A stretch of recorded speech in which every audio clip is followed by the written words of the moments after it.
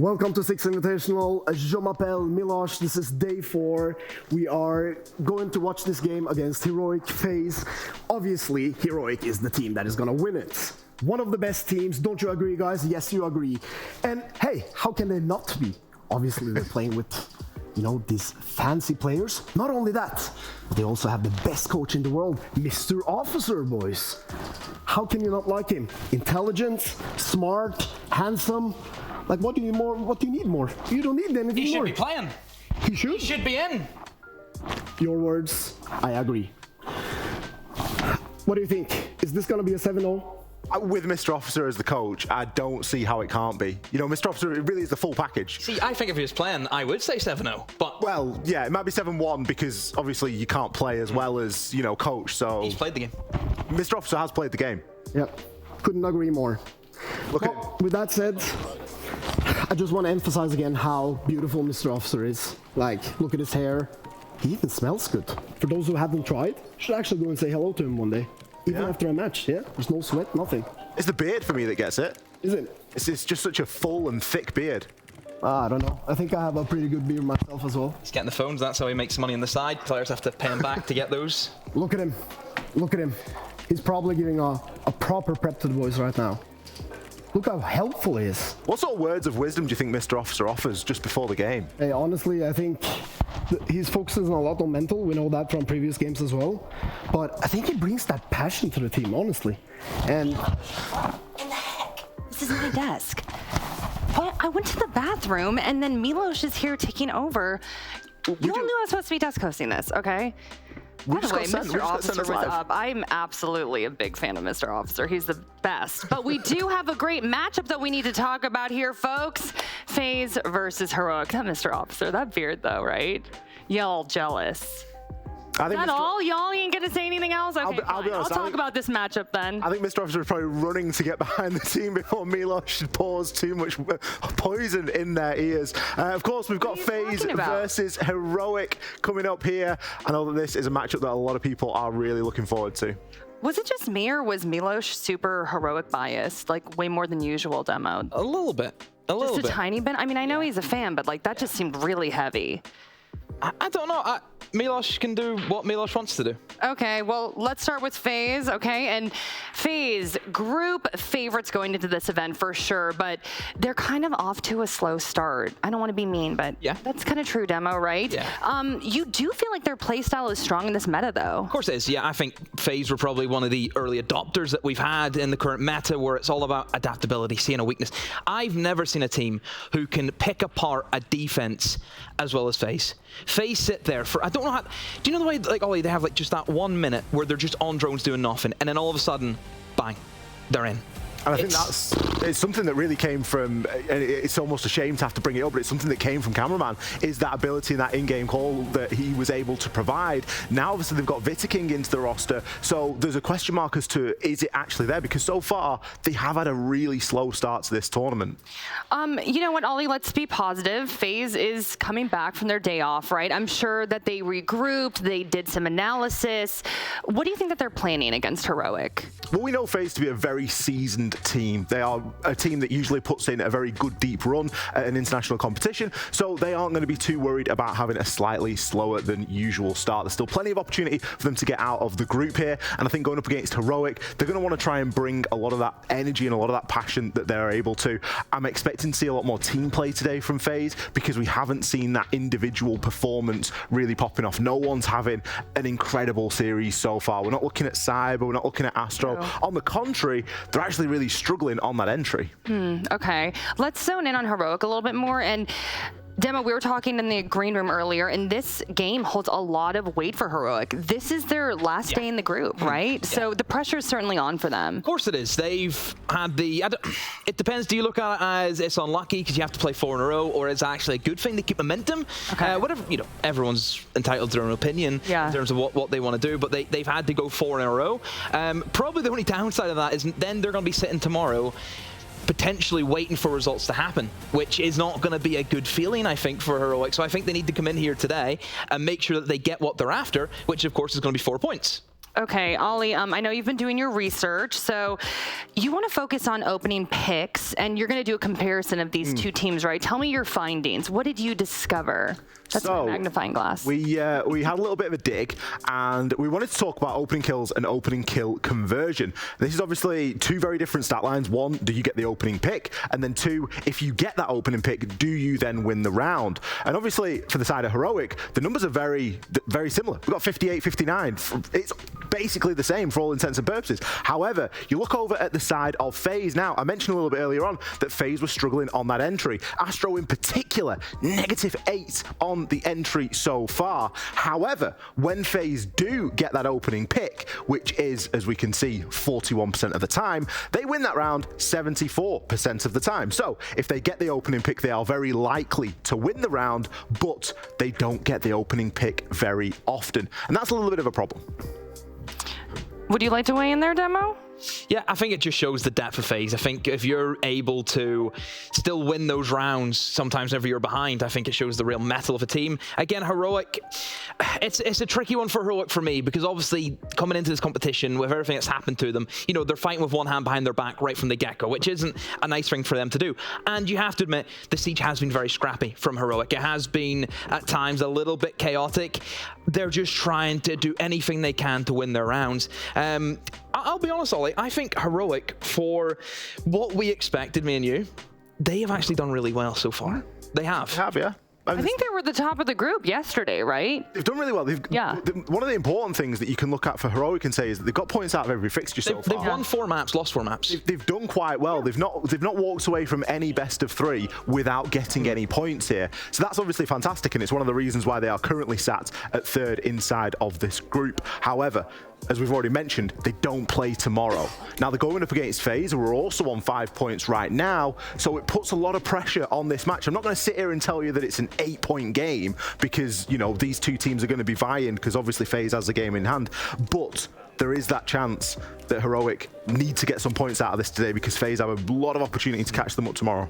Okay, I believe that our map ban process is through, and we're working to get that information up on your screen. So, Demo, you're in the hot seat first. Ooh. What are you thinking? Okay, so Chalet comes in. Again, EU favored. We know all EU teams will play Chalet if they need to, and I think for Heroic, it's definitely one that's going to be in that map pool. We've seen them play against DZ. Of course, didn't go as well as what you were expecting. Taking FaZe over the Chalet, I think's a bit of a risky one. Leaving it's not even the fact that you've left it up for FaZe to pick. They've picked that against FaZe, and they are a really good side on Chalet as well. We talk about, you know, looking for weaknesses. Chalet is a great map where you can pull off those pocket rushes. These maps really worry me, because you look at the Chalet pick and you think, okay, Heroic lost that to DZ. On the flip side, FaZe won it against M80. Yep. You look at the bank pick, you go, oh, Heroic, they got smashed on their 7-1 yesterday by M80. On the flip side, FaZe beat Dark Zero on this map. So Heroic, they're 0 for 0 on the maps that we're going to be playing in the first 2, and FaZe are 2 for 2. Look at the decider. Is that not just FaZe? Throw it down to That's a Clubhouse FaZe. decider. It's a great map for FaZe. It's a great map for a lot of teams, but in particular, you think of FaZe, and if you ask me what were FaZe's best maps of previous, obviously they've had a roster change. Time has passed. Things have moved on. But you would say Chalet, you would say your Clubhouses, and you would say things like your Oregons or maybe even your Villas. So for me, I think that FaZe have done a great job here in this map phase.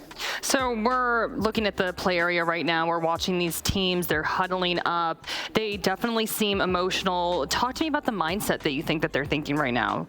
Oh, I think FaZe will not be happy with the first day. You know, I think FaZe a team who probably have the same expectations as what I think probably Liquid had as well. Coming in here, a team who's been there, done that. They know the score. They know what they need to do. I would have been a lot more worried for FaZe today if they didn't beat DZ in a good fashion. You know, if it was a scrappy game, FaZe again were still sluggish, you'd be worried. But you've seen FaZe lose that first game, and it's the bounce back. You know, you throw the ball on the floor, and it needs to come straight back up to you. That's exactly what happened for FaZe. So I think it'll be fine for FaZe. I think they'll come in here nice and calm. Maps are good for them. No worries. And Ollie, we were just showing Mr. Officer trying to hype up his team. Oh, there we go. I mean, He's kind of the hype king. Am I wrong, Ollie? Just Mr. Officer is a bundle of energy, and that energy can do a lot for a team. Now, I kind of pool Heroic and sort of Secret to a degree in the same category of they've got a very NA energy about them as teams. For EU teams, they're a lot more whooping and hollering than a lot of the other EU teams that we have out there. And I think Secret kind of fall into that category. Heroic definitely fall into that category. Mr. Officer behind them screaming and shouting. It does a lot to really rally the troops. Maybe it's going to be the difference maker here today. But you can't escape the fact that you're looking at this Heroic team and you're thinking, they haven't had the greatest time so far. They're going up against FaZe, who too haven't had the greatest time so far. One of these two teams has really got to step up. You mentioned there about Secret being NA. I'm surprised you didn't say Brazil, with obviously Big Boy Twister at the helm. Did you see him yesterday? Yeah. Oh, fire. And I'm excited to obviously see how Secret do as well today. And I think this group has been really interesting. You know, C and D have been the really close groups. There's been no clear leader. Everyone in Group D has had, you know, not the easiest time. Everyone's dropped maps, which I think is great to see in this kind of competition. But I would love to see some more upsets. Love to see Secret win today. It puts the pressure on Heroic as well. A lot could still happen. Okay, so really quickly, predictions. Demo, I know you hate it, but come on, help me out here. FaZe. It's not even... No debate? No. Okay, all right. Ollie, in the same camp? If somebody comes up and helps Souls, because poor old Souls is busting his back at the moment for this FaZe roster. He is currently, I think, plus 18. He's currently plus 18, Jackie. And he's meant to be a support player. Now, obviously, things have changed. Vitking's come in, and he's taken on this more of a supporting role. Souls, we know, is a fantastic player. It's like a support gun's like an entry. So you can put him on anything. Yep. And now he's moving over onto this flex role. If someone helps him today, it's going to be FaZes. Okay, well, we shall see. And let's hand it over to Intero and Pengo. Pengu, but I'm sorry. Does Mr. Officer look different from before? No. Oh, okay. Well, take it away, gentlemen. Dare I say it, some of the best content that has been produced in our esport in the last couple years. A stroke of genius, really, to see Milos up there and he's swapped. Yeah, and pretty seamlessly so as well. It's quite fun. Milos is a tremendously good actor. Sure. Yeah, I was actually surprised at how smooth that went. Yeah, he was fading the background pretty well. That is correct. Absolutely. Heroic didn't enter this event with their full roster. They were hoping for a different look. And yet, despite that, they're in a three-way tie at the moment, the top of Group D. M80 is in action against Team Secret. Dark Zero has the day off. It's on the other stream if you're interested in tuning into it. We're not going to be spoiling it, and we're also not going to be updating you on the results. But depending on what happens, Team Secret could pick up 4 points. That's still not good enough to get out of the basement. If Team Secret lose, I mean, that'd be tough. But if FaZe lose, they'd be tied with Team Secret if Team Secret wins. So there is a little bit of shifting that can happen in this group.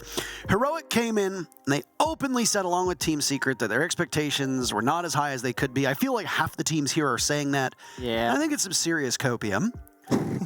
But for FaZe, you have to know the expectations were high. This is a team that has made it to no shortage of finals. They made it to the Berlin Major finals. They made it to the Yavla finals. They were so close to making it to the SI finals. They have been one of the best teams in the world over the last calendar year in Rainbow Six. And much to the surprise of a lot of people, they made a roster change right before the event. Yep. They did, and you have to question, why would they do that if they're so good? Well, they believed there were improvements to be made, and also not to stagnate, right? Change things up. We often see teams kind of stick that same formula for too long, things they really start falling apart, and then a change comes around. FaZe, they might have been one step ahead with this roster change, but we'll have to see at this event if that's true, or if they end up placing lower than what they themselves and us as fans of the game, of course, expect from them. Let's get underway, by the way, with Chalet. To war they go. One of the most storied teams in Rainbow Six, and oh my god. It's a lot of blue. Jeez. 55%. Yep. That is a lopsided pull. Given the fact that Heroic actually come in as the favorites just on points alone, by a single point, mind you. It's all those overtimes that they get into, you know? They're always racking in points guaranteed. Whereas FaZe, well, they suffered a loss early on. Got Nuke being banned up by Heroic first, follow-ups by Ying from FaZe. Ying seeing a lot of ban throughout this tournament so far. Nuke, of course, it's been a same old tale, always banned off the board by most teams. Castle, a target ban from FaZe. Now windows and particular areas in the map will no longer be as safe as before. Asami and those keeper barricades can kind of substitute those missing cancel barricades. And yes, Asami will be left open as Valkyrie is the last defender to be banned off the board. So the scene is set between these two teams. The desk kind of spoke about the map pool. Chalet into Bank into Clubhouse seemingly favors FaZe Clan quite heavily, at least if you look at the historical trend from these two teams. Heroic, they gotta fight for every single round that they're gonna get. I like the way that these operator bans have changed up, matchup through matchup. I mean, you tell me, oh, a castle ban. That's a bit interesting. You tell me, oh, a thermite ban in the match that we had earlier. You'd say, oh, well, that's actually crazy. When was the last time we saw that one? Yeah. And I'm just going through some of the notes from our matches yesterday. But on Skyscraper, Lost 1 versus BDS, there was a bandit ban. Yeah. There was a lion ban and a Malusi ban in that same matchup. Two operators that are not banned with the same frequency that they used to be. So far, in terms of operator bans, the ones that have dominated, you've got your staples. You've got Ying, you've got Nook, you've got Solus, Mira, Valkyrie. These are the operators that you expect to see removed from action. So every now and then, when there is an operator that doesn't tend to get banned with the same level of frequency, I think it's always worth mentioning. No, it is. I mean, one operator for this tournament that's kind of really been banned out more frequently is actually Ayana. Because there are so many Ayana-like mains at this tournament, like somebody like Mowgli, like Shaiko, etc., that it quite often warrants a ban. At C4, almost takes out 2 members of FaZe, but this is a little bit too early tossed. June, by the way, is tied second in opening kills for the entire tournament. He's been doing quite well so far. Of course, still a rookie, I would argue. It's still early in his career. I'd say so. He's played in Tier 2, played with Fabian for a bit, actually. Noodle and Joom have both impressed me a ton in the way that they have played on this team, but honestly the player who's impressed me the most is Sloth. He wasn't supposed to be on this squad. He came in when there were issues with the team getting their full roster, and he's been phenomenal. Just like that shot from Noodle. First kill of the entire series onto Cyber. That's the Esports Awards Player of the Year, and well, he's not going to be able to do too much. Noodle has those glasses enabled, and as you can see, completely defeats those flashbangs, renders them useless. Doesn't want to engage with Astro. I think that's a good amount of respect that's paid to a player like Astro. Well, certainly. When these walls being opened up, Heroic playing for an offensive defense here on Masabajum. Gonna fight for it. That's a second kill from Heroic. Down goes Bullet. Zofia, an operator who isn't spotted as much in the wild as she used to be. Joom on Chimney. He sweeps out Souls. They know that there's been a call made on the balcony. That's where Astro was about a minute and a half ago. He hasn't moved off of this position. Still there. There's one EE, 1D left for Vita King. You can make 10 seconds, 5 seconds, give or take, where Heroic won't want to contest or challenge. They're both posted up on the balcony now. Yeah, I mean, you gotta wait for Heroic to swing in this scenario. It's a 2v5. You can't just walk on in. There are so many crossfires. You see it. One member prone, one member boosting the table. You're not gonna win that gunfight. So we're waiting instead for something to happen. Knowing Heroic, though, you know, somebody like Noodle, like Joom, they might get a little bit antsy. Yeah. Go for a pick. That's exactly what Joom did. Hop down from Chimney. Astro in pursuit. Vita King jumps in the library. That's a spot that was held by this Heroic squad. Noodle will continue posted up. They don't know that Astro's fallen off of balcony. He's the last one left. He lurks down in the lobby. A flawless round to start for Heroic would be a statement, that's for sure. Can Astro do something about it? Stop it? Oh, he does a serious amount of damage. Noodle gets the kill. The timer doesn't even run out. Excellently played by Heroic, and they don't suffer a single death in round 1. Nope, I mean, they had Doc as well, so Noodle took that damage early on. Just gets stinned right back to full HP. Beautiful shot to open things up. Joom, again, a freebie. FaZe not seemingly fighting back in the early stage of that round. A convincing one for Heroic. But the thing is, that massive bedroom bomb site, while you can open up all those walls and play aggressively off of it, the other bomb sites don't necessarily play that way. Bar bomb site itself, not very defendable. That's why you gotta go up one floor and extend somewhere else in the map. You can't just play inside a bar itself. Of course, the basement bomb site, same story. Once those external walls gets opened up, it is a tough position to play in as a defender.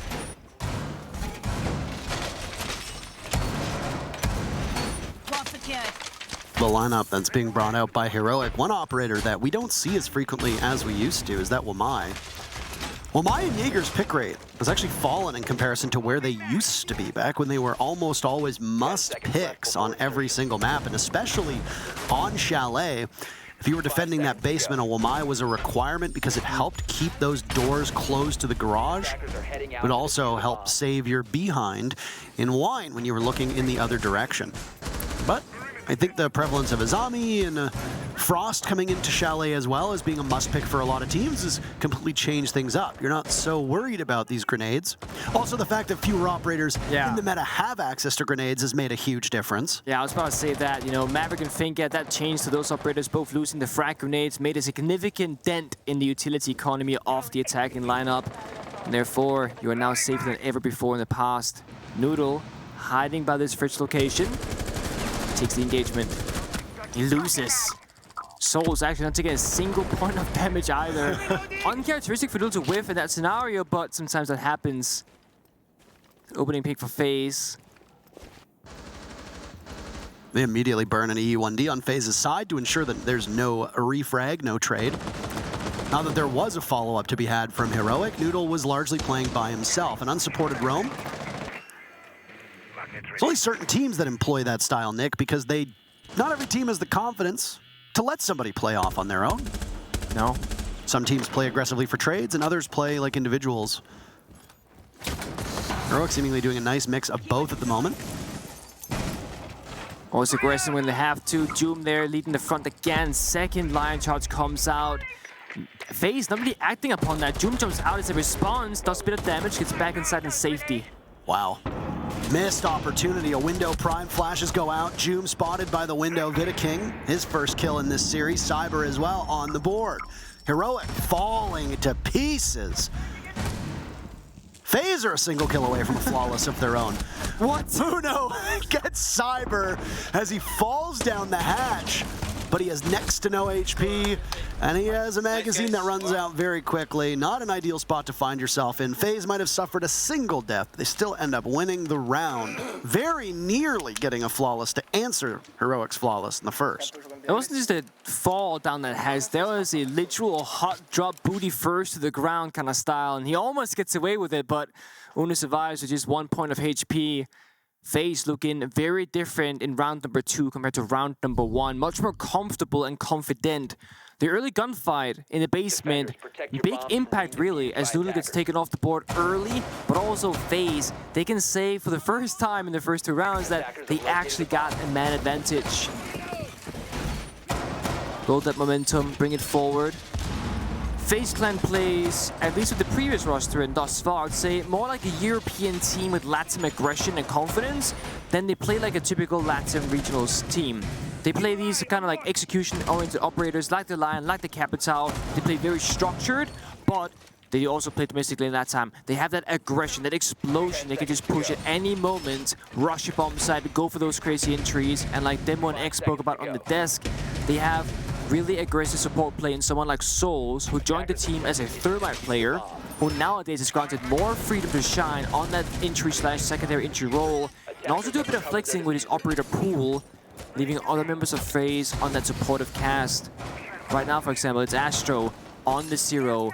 Secondary hot breach in the can openers, brings the intel with the SAM cams, and is going to spend a ton of time this round on drones, just establishing that information and locking down the map rotations for FaZe. So far, 2 rounds, both decided quite decisively. Almost 2 flawless in a row for different teams. Both rounds, Library was the main focus on defense. Or At least, maybe not the main focus, but at least a very, very, very heavy focus on the first round and definitely the main focus on the second. This time around, it's a part of the map that has been completely ignored by the defense. Noah Zami played up there with those Kiba barriers. This kitchen defense has Heroic playing over top of bedroom. Noodle decides to take the engagement. Sloth falls. First kill goes to FaZe in this round. Astro accomplishes that on a spot that he's very familiar with, which is the balcony outside of office door. That's where he spent most of that first round, if you'll recall.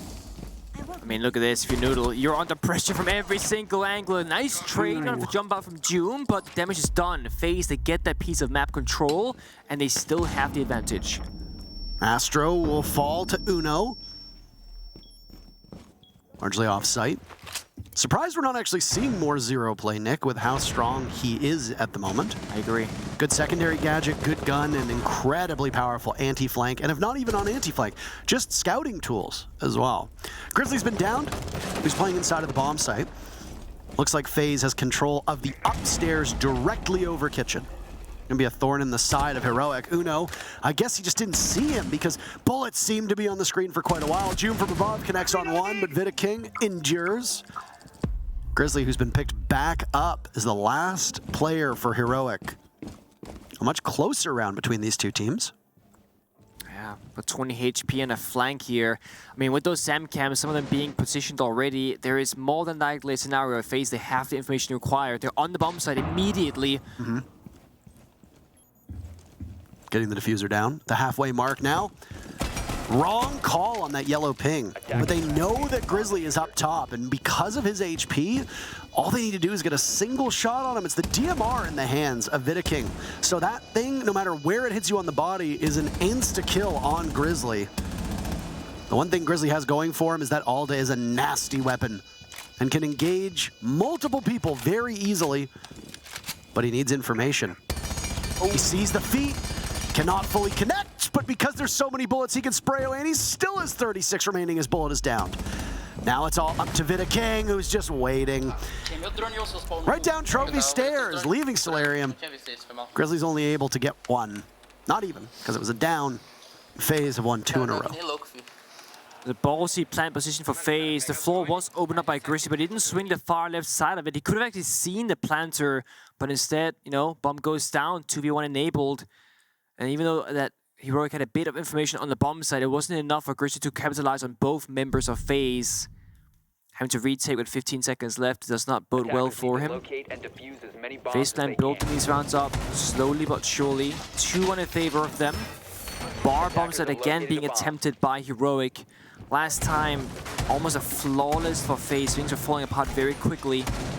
This upstairs hold from Heroic is their focus point. FaZe Clan, I think it was Demo who said it, they can pick apart any defense you put into their face. They do not care about strategical setups. They have a way every single time. So far, that's true. The only thing that really stopped them was round number 1. That was pure aggression and individual gunfights from Heroic that stopped them dead in their tracks. It was not a strategical issue per se.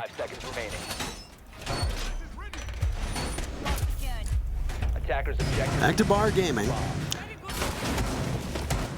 The upstairs bomb site is open yet again. They choose not to go to the one site that they want. I guess they'll keep it in their back pocket, assuming that they can be successful in Bar Gaming this time. They only got a single kill the last time they went here.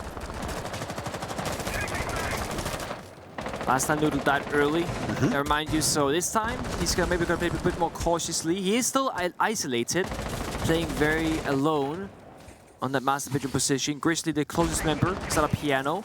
Just making sure nobody creeps in that office door. It can be hard to hear if you're so far off the map as Noodle is. The entry points that are very likely to happen from FaZe. Killer drone, fall back one room, linker around for a bit longer. The coast is no longer clear. It seems like FaZe are going to be entering from that Solarium side. Noodle is probably not going to stick around for too much longer. Once that pressure gets applied, there it is. West main stairs, up we go into Solarium and dining room itself. Very quick, but just because they are but a couple walls away from the bomb site does not necessarily mean that they're preparing for an execute. I mean, look at how close you get to the bomb site in Clubhouse, but in all reality, you might be close in proximity, but you're not close in ability to pull anything off. That's a good way to put it. Second logic bomb will go now. It's two very quickly back-to-back, actually. So maybe the execute is coming a little bit faster, Nick. Maybe, but at the same time, FaZe are still setting up, waiting for Cyber now on the blue stairs, but the barbed wire was going to stop him. Yeah, one blue stairs, one fire blue stairs, two guys dining hall. This could be the execute coming soon. At the halfway point now, and all you need is the sound of the starting gun. They've droned their way up into lobby. Souls might get a good vantage point, but he's wary of lobby. Grizzly, the first one down. That sounds like a nade hitting its mark. Sloth falls as well. Two players from Heroic are out of action. One still can be picked back up. They're very close to the bomb site. Does Uno know that somebody's behind him? Joom down now. Grizzly still bleeding out. Heroic only has two left. Skeleton key to secure. FaZe taking damage, but goodness gracious, they've swamped the bomb site. Noodles in a 1v5. Over top of the hatch. Flash up, he'll move. They'll hear his footsteps from below. They'll watch those stairs leading to the top. He plays off those angles, and he can't really do much as the diffuser goes down. Noodle in a hopeless situation. All of FaZe will now move to the post plant. Well, what do you do if you're Noodle? Well, take some serious damage on the library balcony, that's one thing. And can't shut down Cyber one bit. Flawless round from FaZe, it eluded them, but they get it this time. I mean, if you're Heroic in that round, you have to wonder where even are FaZe on the map. They are nowhere to be found. They didn't expose themselves to a single 1v1. No gunfights were taken. They're just setting up at their own terms. You know, hiding in basement, going towards dining, making sure all the pieces at the right positions, and then striking within 20 seconds. Tactical timeout from Heroic being taken after round number 3. 4. Trying to get help. He can't get help because slot can come. The windows are open. This is because we don't react on the calls even earlier when it's being called. We're just holding angles. We're just standing there like this. Let's be a bit proactive, man. It's actually contestant. Let's not give them all of the map control. If they're not coming my way, it's one guy there. Why do we need 3 people holding it? Come on, wake up, boys. Let's go. Very good read by Best Officer. Very, very good read. Noodle was isolated, rather solo roaming inside a Solarium master bedroom. He knew that area of the map was clear. Then you have 4 members on the bomb site being like, well, the bomb site's clear too. But then, like, what about everything else, essentially? They are just holding angles in corners, and like he very, very nicely demonstrated, just standing like this with their finger guns out, essentially. That's not the way you gotta play against any team for that matter, unless you're fearing a site rush, for example. Contest the map, get out there. You can spread thin initially, see where the injuries are, then fall back. It looked like they were doing that early on. Grizzly and Piano, Noodle inside of Solarium, they were playing off the bomb side, but they very quickly fell back. If nothing's happening on the map, you have to wonder, okay, either they're right outside the side window and double bar, or they're everywhere we are not. If you're checking the default cameras as a defender, you can also tell where the attackers are going to be coming from. If basement cam is dead, and basement cam is dead, and you're defending bar, or they're hitting you from the north side of the map on the main floor as well as the basement. So you can quickly kind of figure out where that strike will come from and then act accordingly. Either stop them from achieving their plan, or just fight them right before they feel comfortable to execute. It's an early Lion, Nick. Again, yeah. Very early Lion. It's the anti-spawn peak Lion of some sorts. A little bit of C4 again. My toss out the window. Did it last time in round number 1. Lands right below near the garage door. Right next to Vidaking. There it is. Nitro Cell, though, doesn't connect. Second time in 4 rounds? It's rather frequent, yeah. I think my guess was probably somewhat correct. I obviously don't want to pat myself on the back here, but Do it.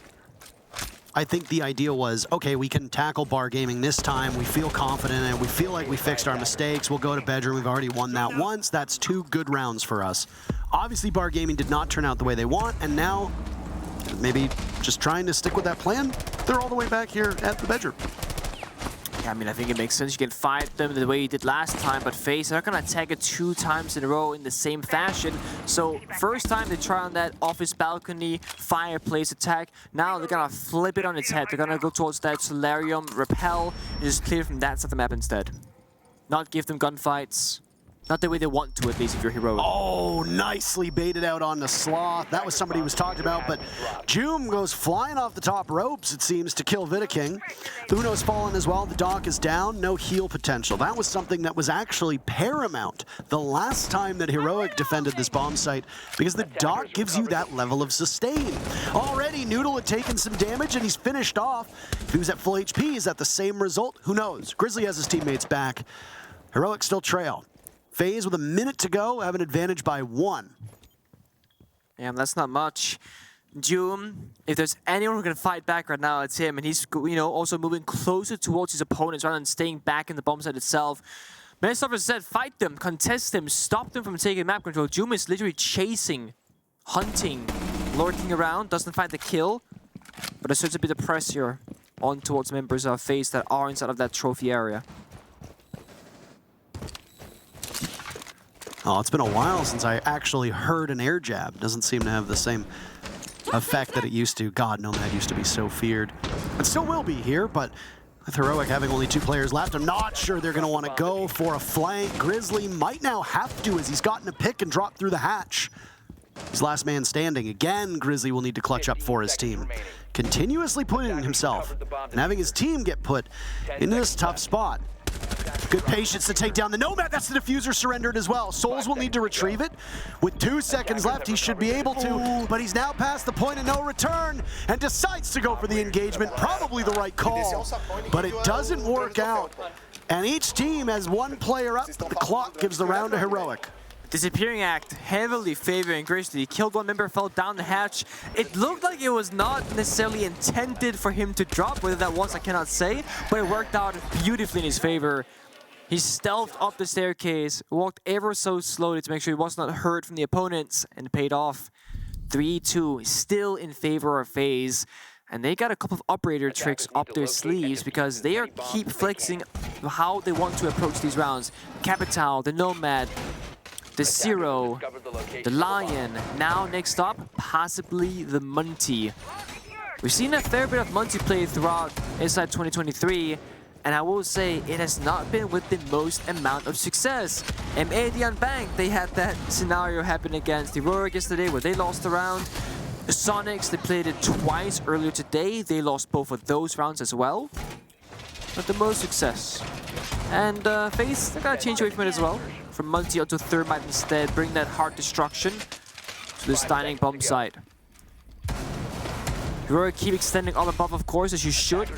Bunch of soft walls, long lines of sights, deployable shields to play behind to grant you a bit of cover. The keeper barriers from Asami, very noteworthy at that, because you need this operator to play as aggressive as Heroic they are, to patch up holes, to create angles and safety areas, and sometimes double punch prep your own barricades.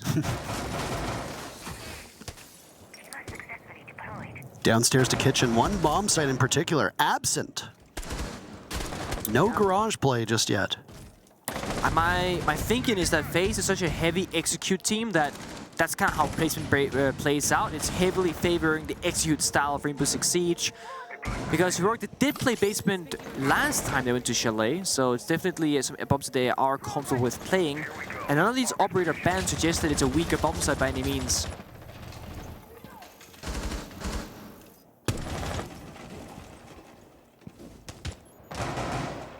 This library has been a big focus, but again, because of the bomb site, it's not much of a concern for Heroic.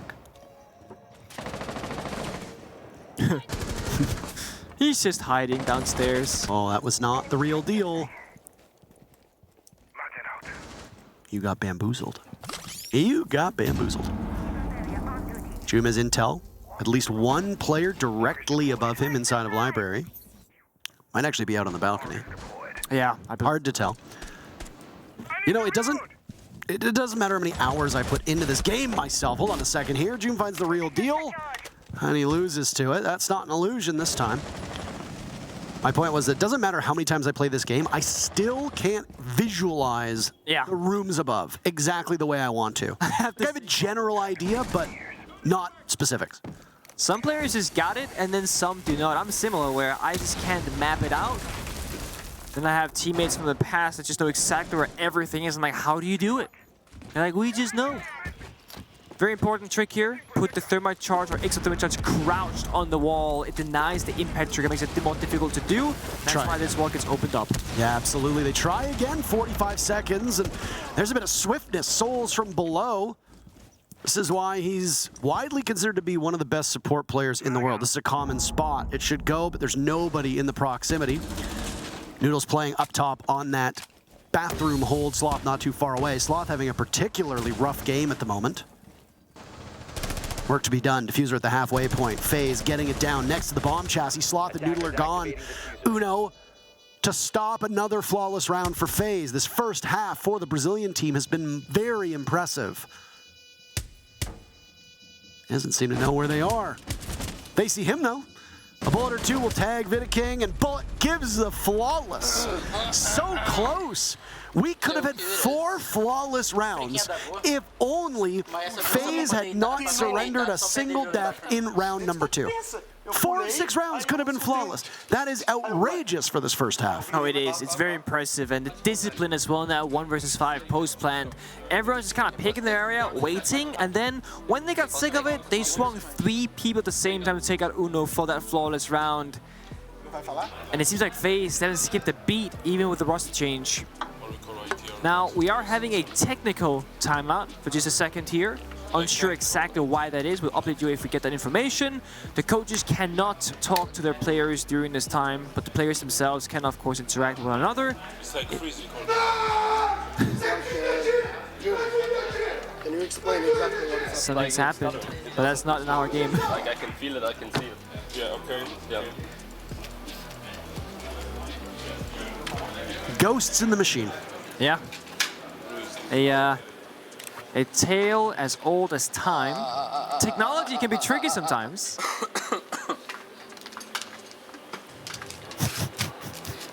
I will say I was expecting more talk from the players about what they might want to do next. Unless, of course, they've been told please not to talk too much during these times. I'm not sure what the official ruling is these days. So I spoke with a player in the elevator down earlier today. Okay. And I said, you know, oh, I enjoyed the things that you and your team have been saying, yada, yada, yada. It's been for very good content. And they go, yeah, we got told yesterday that we could get picked up on the cams and that, you know, maybe to watch your language a little bit because what you're saying is live. Yeah. And then they said, whatever. No, I mean, oh yeah, here sometimes. Okay. Were you sitting on the same station as well? I don't think so. Okay. You were sitting on the other side?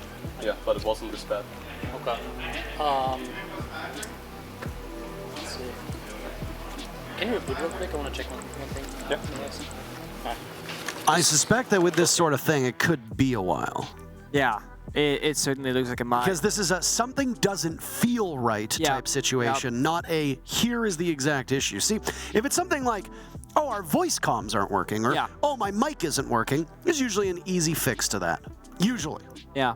Now they gotta figure out what it is in the first place. Yeah, now you have to diagnose it, then you have to problem solve, then you actually have to get the fix in. I like how he's just like pressing his escape key continuously over and again, like, that's gonna fix it. Nah, it's some sort of issue with Doom's PC or something like that. And we'll see if it's gonna be a minute or a little bit more than a minute. In the meantime, this kind of content we've gotten from tactical timeouts and getting insight into coaches and players' thoughts when they share both happy thoughts and negative thoughts amongst one another have been extremely enjoyable to witness. And very glad that it's still around despite all the the things that get said that might not be as camera friendly as maybe it should. Because I did fear some things that players could, you know, say in the heat of the moment when you're playing. Because let's be honest, these players are not thinking, oh, they might be listening in, let's completely watch our language. No, they're gonna say, you know, screw this team, they suck. In a much worse way than that. Say it. No, I'm not. No, don't dare me. Say it, coward. Say it, coward. I've said my fair share of trash talk during games, and back then they did not monitor our voices, so no one's ever gonna hear that side of me publicly. And I've done my fair share of trash talk on stream, which has been heard by many people publicly. It's all behind me now. I'm a good boy. Of course. A better boy. Yeah. Yeah, you can't fully become a good boy once you turn bad boy. And the girls love the bad boys part, alright? So. You know, I'm just so used to being the bad boy. You're so used to being the bad boy. That's You actually got a bad boy outfit on today. You got like the leather jacket. I do, actually. Yeah, you do. Yeah. I do have the bad boy outfit on. You know, I got the leather jacket, black t-shirt, blue jeans, black shoes. Oh, yeah, and you got your nails done as well. You got the whole thing. They're starting to wear. Yeah, there's just a single coat that was put on somewhat hastily Tuesday morning. Yeah. So, of course, it will wear off. Only thing you're missing is a bike, like a motorcycle. Then you got the full thing. Motorcycles are statistically very unsafe motorcrafts, and I will never That is pilot such an unsexy thing to say. And such a non-bad boy trait to say as well. I'm just so used to being the bad boy, man. Oh, my God. I am a bad boy, therefore everything I say is that of a bad boy. That's not how it goes. So that is a ripoff of a Parks and Rec quote. Okay. Where Ron Swanson says something and Leslie Knope goes, "That's not the attitude of an award winner." And he goes, "I have won an award, therefore everything I do is the attitude of an award winner." Nice. I mean, technically not incorrect, no? I don't know if the problem has been resolved, but Joom is back in the game. So that is good. It's a step in the right direction. Uno's shirt, hoodie, jacket, whatever you want to call it, it always gives me G2 vibes. But then I see the Heroic logo when the camera turns. Because it's all white jerseys from Heroic, but then he's wearing like a full black shirt, essentially. Did that throw you off? Did he play for G2 or something? I think there was a time. It was weird. I don't remember that. Where he was maybe... Yeah, like Rally Major kind of time, maybe. In my 2020 kind of time, yeah. Yeah. Yeah. Just for a brief moment, you know? Yeah, just for a brief moment, of course. Didn't unfortunately lift the trophy with them, although it was very close. And if there was a player that I wish I could have lifted a trophy, especially with me in Union, it would have been Uno. It would have been me. Oh. Parker, you've never played professional Siege before. That's not correct. I have played Rainbow Six Siege in a Twitch Rivals event, and I actually have higher winnings than I used to actually have higher winnings than a lot of people. I mean, I guess that would be true. You know what's actually a funny little anecdote? What? I know that's gonna make some people sad, but it's okay to be sad. Okay. I believe last I checked, because of the Twitch Rivals events and because he never played in one and retired early, I actually think I have higher winnings as a professional Rainbow Six player than Kickstar. Oh my God, no. So in that case, it makes me more successful. There's no way. I mean, okay. You run to Liquipedia and you check that fact, but that was true for a period of time. That was true. I mean, it's entirely possible that I think that's the last time I checked because I made fun of him for it. I think the last time I checked was like 5 years ago, 4 years ago, or something like that. Yeah. So I mean, it might not be true. Maybe he played in one and I just didn't know, or he played in something else. I have no idea. But there was a period of time. There was also a period of time where somebody had like $27 in winnings. Fantastic amount. I can't remember. This is like winnings, $27, and it's like, this is a joke. Oh, speaking of, I think it's Shaz's Yes. page. Yeah. He has like $500 or something as winnings, and he's like, oh, I didn't do too bad. It's like, bro, you won like back-to-back invites, multiple Pro League finals. Career earnings, $500. Yeah. Take it or leave it. It's hard out here. It is. You gotta really work for your money in this industry. Money's tight, Pepe hands. Yep. All right, let's talk a little bit about the first half, because even though the problem seems to be resolved, there was an issue with the matchup. So we are resetting the lobby. We appreciate your patience. Bomb sites that were played. Bedroom was played twice. Kitchen was played twice. Bar was played twice. Heroic prevailed on Bedroom both times. That was the only bomb site that they won. In terms of flawless rounds, round number 1, flawless for Heroic. Round number 4, flawless for FaZe. Round number 6, flawless for FaZe. Round number 2, FaZe suffered a single death. Yeah. So pretty close. That means, though, in half of the rounds played so far, Heroic only got a single kill. Yeah, that's true. Which is a brutally, brutally bad stat. That is as bad as it can get. It's terrible. Well, I mean, technically 0 would be as bad as it gets, Nick. Yeah, but almost. I mean, technically 0 plus team kills would actually be as bad as it gets. Oh my God. I'm actually curious about the team kills statistic for this tournament so far, because we've seen a fair share. We've actually seen a lot of them. Double team kill, grenade kill in the Sonics game earlier that we cast. Which, by the way, did you see Grixer's tweet? I did not see his tweet. He tweeted out something. It was like, just for anybody's information, do not need this. That's a wonderful tweet. Bar Gaming is going to be the first bomb site for FaZe Clan as they move to defense. Yeah, it's their first time, of course. Here's something a little peculiar, though. Okay. There is no Azami, which means that Library is going to be defended very differently than we saw through the first half with Heroic. Correct. And there are no deployable shields, which means that upstairs hold on chimney taboos, there is also a bit of to held differently than typically. Which means that pretty much you're going to look at probably a mirror window on that double panel reinforcement that's just across from chimney, and there it goes. You're going to exert phantom power. Phantom power. Heroic also bring out some not so common operators for this bomb site. Doom on the glass, Noodle on the Nomad. There aren't really any jump outs here. And I'm not quite sure what they're gonna do. I mean, the glass typically is either bomb site rush, you're trying to attack the upstairs with smoke grenades, but I mean, Soul's got the Warden, he's ready for it in that regard. Heroic's kind of setting up right now. Maybe taking a page out of FaZe's book themselves. Taking it nice and slow. Yeah, we're just gonna go. They're in.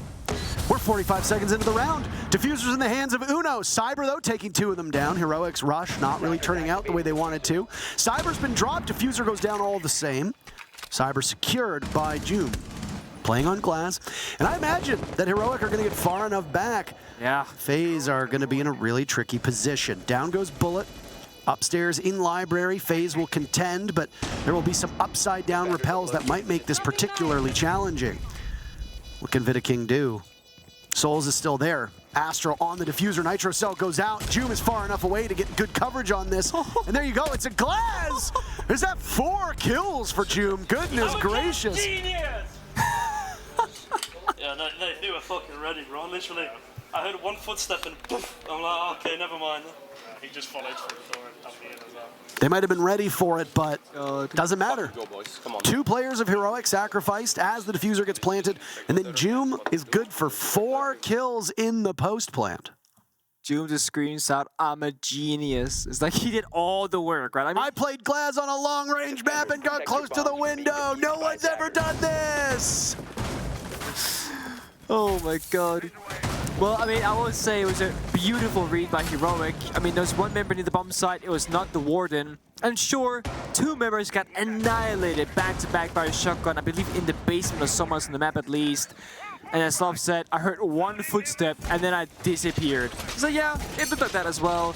But it's worth the trade of losing 2 members to successfully get down that diffuse, because the post plants in Rainbow Six Siege on some of these bomb sites, as we just witnessed, almost impossible to beat as long as the attackers play it nice and far back, which that double window on bar completely allows. So all the bugs were taken correctly for Heroic. They had a plan going into it early ahead of time, and I'm sure that the prep phase drones they managed to get into the building had a big part in that play, because they got into the ready positions rather quickly.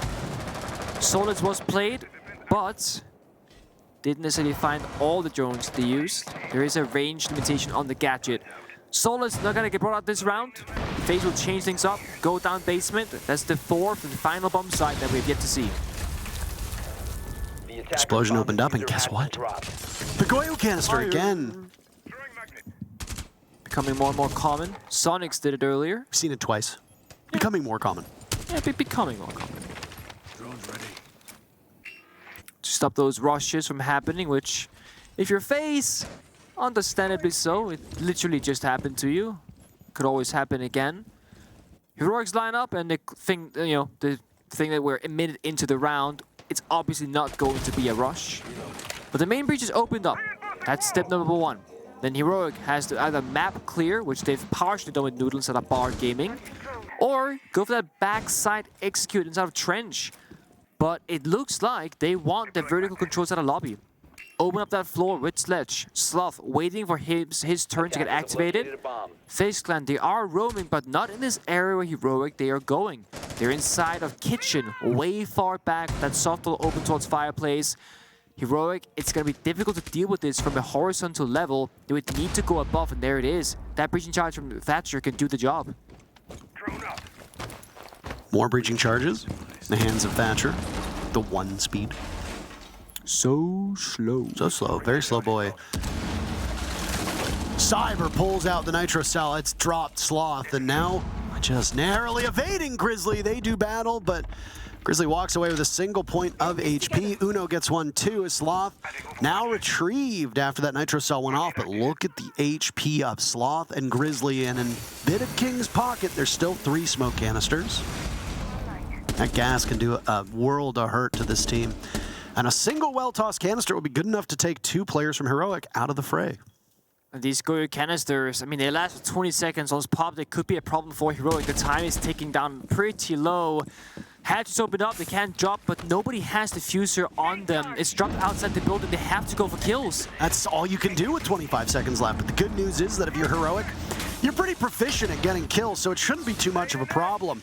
There's that gas that we talked about. Right now on blue, Vidaking getting off of that position. 1 in his back pocket, 12 seconds left, and he's hit the Goyo canister. Perfect timing. Astro a bit of difficulty, but he takes down the Thermite as he runs on in. There goes Grizzly. 2 left for Heroic, 3 for FaZe, but only a second left. Half of this lobby is still alive. Both teams just playing it safe, but Heroic played it safer. That's not what you can do on attack. You gotta get aggressive. FaZe Clan wins off time. I'm very curious whether Heroic realized they were missing the diffuser before or after they ran into the bombs, because I checked, it was...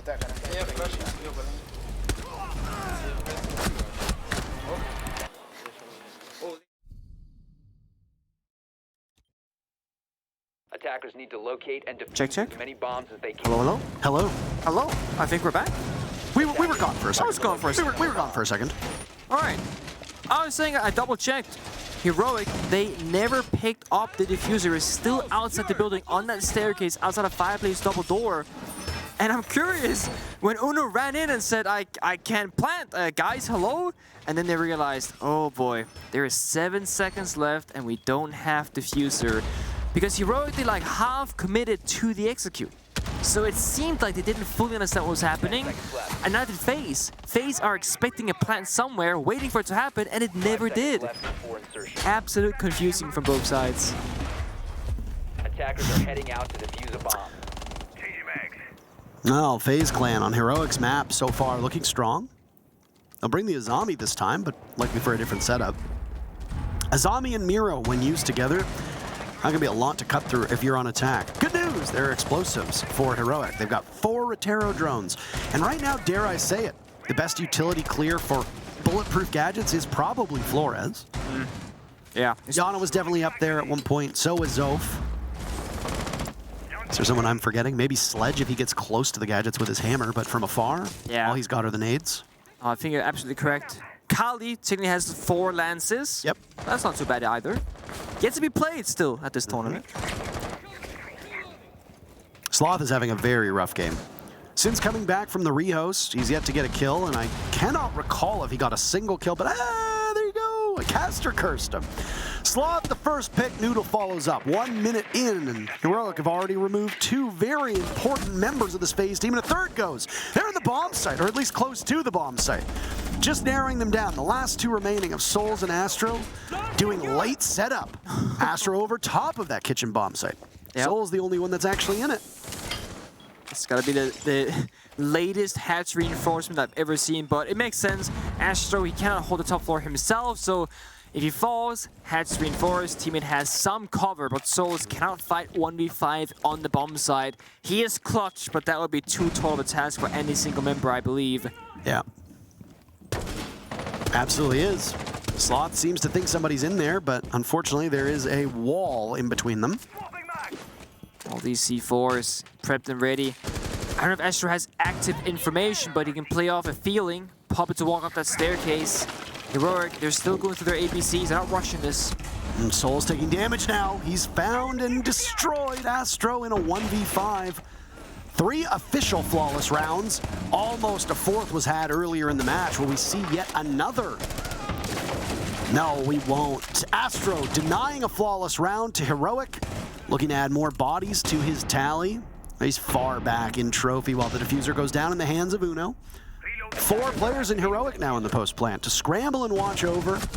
And it's from above. Sloth started things off, and he ends the round as well. Get some energy. Come on, let's go. Heroic keeping it close, and Mr. Officer trying to pump up the troops.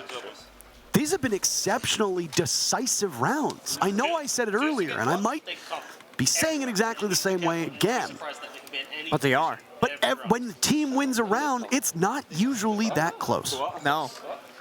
Speaks to the strength of both teams, but also the weaknesses, perhaps, right? When one member falls, you know, all of a sudden you start lashing out to try and even back that score, then more fall time and time again. We saw 3 members of FaZe Clan fall in the same 20-second time span, and everyone rather far from one another. We lost one member to a grenade, one member to a jackal track, and the third to a gunfight. FaZe gotta get on the same page on those isolated members, or perhaps just bring more Nate deny, because once again, look at this, no Jaeger and no Wamai on the board. And you said, Parker, Wamai's and Jaeger's pick rate is a lot lower nowadays than it used to be. But if you're dying to grenades so frequently as FaZe are, it might be time to bring one of those top raiders to reduce those amounts of deaths. You're bringing in the Mossy and the Kaid. Those can both very easily be changed to something else. Of course, the Kaid is a strategical element. Reinforce both upstairs hatches. FaZe Clan are likely looking to surrender the top floor once they've burned enough time, or maybe just from the very beginning, and let Heroic problem solve that throughout the round instead. It's not very common to deal with as an attacking team. Those hatches are often opened up for you, and then you just have to try and get in. Now, it's easier to get in, but then you gotta deal with hard breaching these hatches open, which is gonna be proving to be difficult. Almost guaranteed all 12 rounds. There go those Rotero drones, at least one in. Nobody has a set of eyes on that deployable shield at the top of library either, Nick, so down it goes. No contest. I'm sure Bullet could have possibly shot it away. Same with Vidaking. Heroic doing that slow approach of setting up, not giving away too much from their side. Sloth, in fact, is holding onto the rotation on Solarium stairs. Almost called it Astro stairs. Also, Astro playing in Villa. It's like Astros and Astro has always been tricky. I remember playing against FaZe myself, and we were worried about that being a call, being like Astros and Astro, and they're like, what? See, Astro's a player, and it's a call out. It's complicated.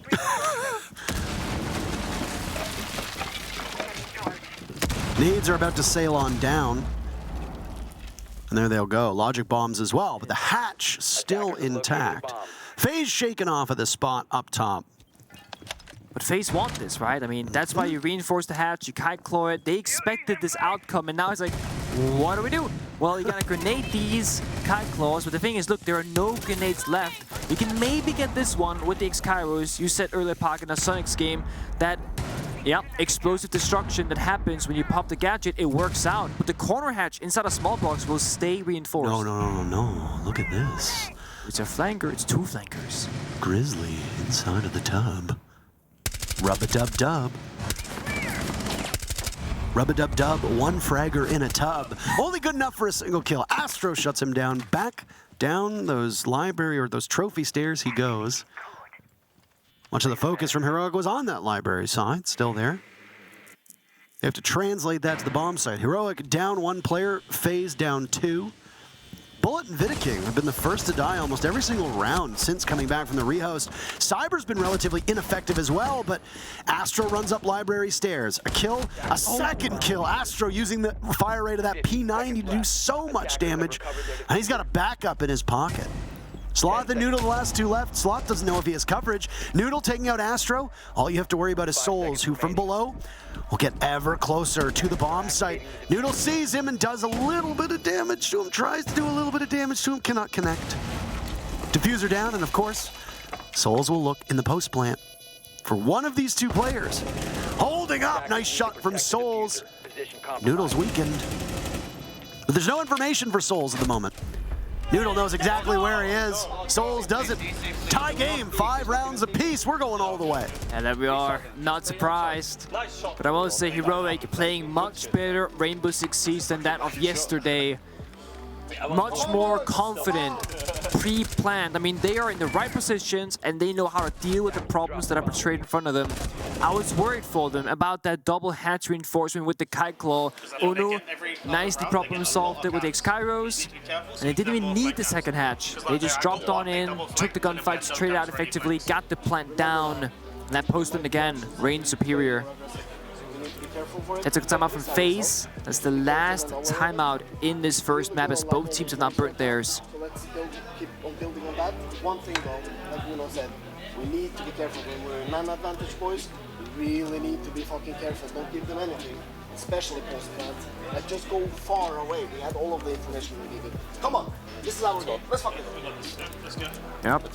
Heavy objective play seems to be favored by Heroic. They really want to get that plant down and get into the post-plant, not have to unnecessarily fight FaZe before that if they can avoid it, and it's working out so far for them. Heroic are, I believe last I checked, top 4 in plants. Of course, the statistics that we have are a bit sometimes hit and miss because some teams have only played, you know, 3 games, some have played 4, 2 and 3, whatever. Some have had a day off, is what I'm trying to say. So, like, all these guys have played not that often, but it's like, well, they've only played 2 games instead of 3, so they've played less. There's less chances for them to plan. But Heroic, they are good at playing around the objective, and so far in this first map, every single time they get the bomb down, they're basically guaranteed the round. Retakes, not easy for FaZe. They're gonna keep bringing out the Solace. It doesn't really grant them that much so far in this matchup, especially because they keep losing that operator early in the round. One thing that has changed, however, is both Umai and the Jaeger are being brought to the table as FaZe to try and break this bar defense by going back there one more time, try and turn that result from a loss into a victory. The strategical difference here is completely flipped though. They can now hold upstairs with the Asami Jaeger Umai combination, and Heroic will have to break it apart. They can't just play around it.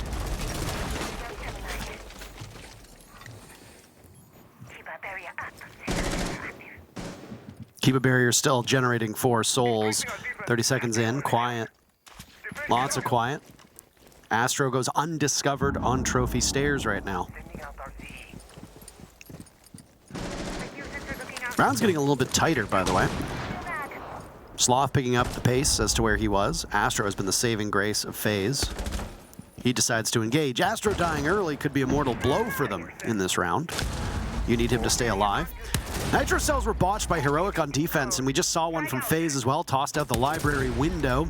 Bullet goes down again. Bullet and Vidaking are the first 2 to die. Almost every round for FaZe. And it's the Umai dying to a grenade while standing next to ADS as well. I mean, either Heroic, they, cleared that perfectly, or Bullet was very unfortunate with the timing of those magnets. 0-5 since coming back into this lobby is just not going to get it done against opposition that is ahead of you. Keep in mind, FaZe sits second last in this group. FaZe now, they can't just wait around. They have to act and respond. They've lost one of the half of what they care about top 4, that library hold. There's no real backup now for the last remaining defender. If Sloth can close the net here, yep, there we go. Force FaZe back into passive positions. Heroic again slowly creep on up. It's been a very strong spot for a Solus to play off of on library stairs though, Nick, so it doesn't matter if it's Vidaking with just a single kill or, well, the ghost of Betty White. I mean, you can still do good things from that spot. A powerful position to be in.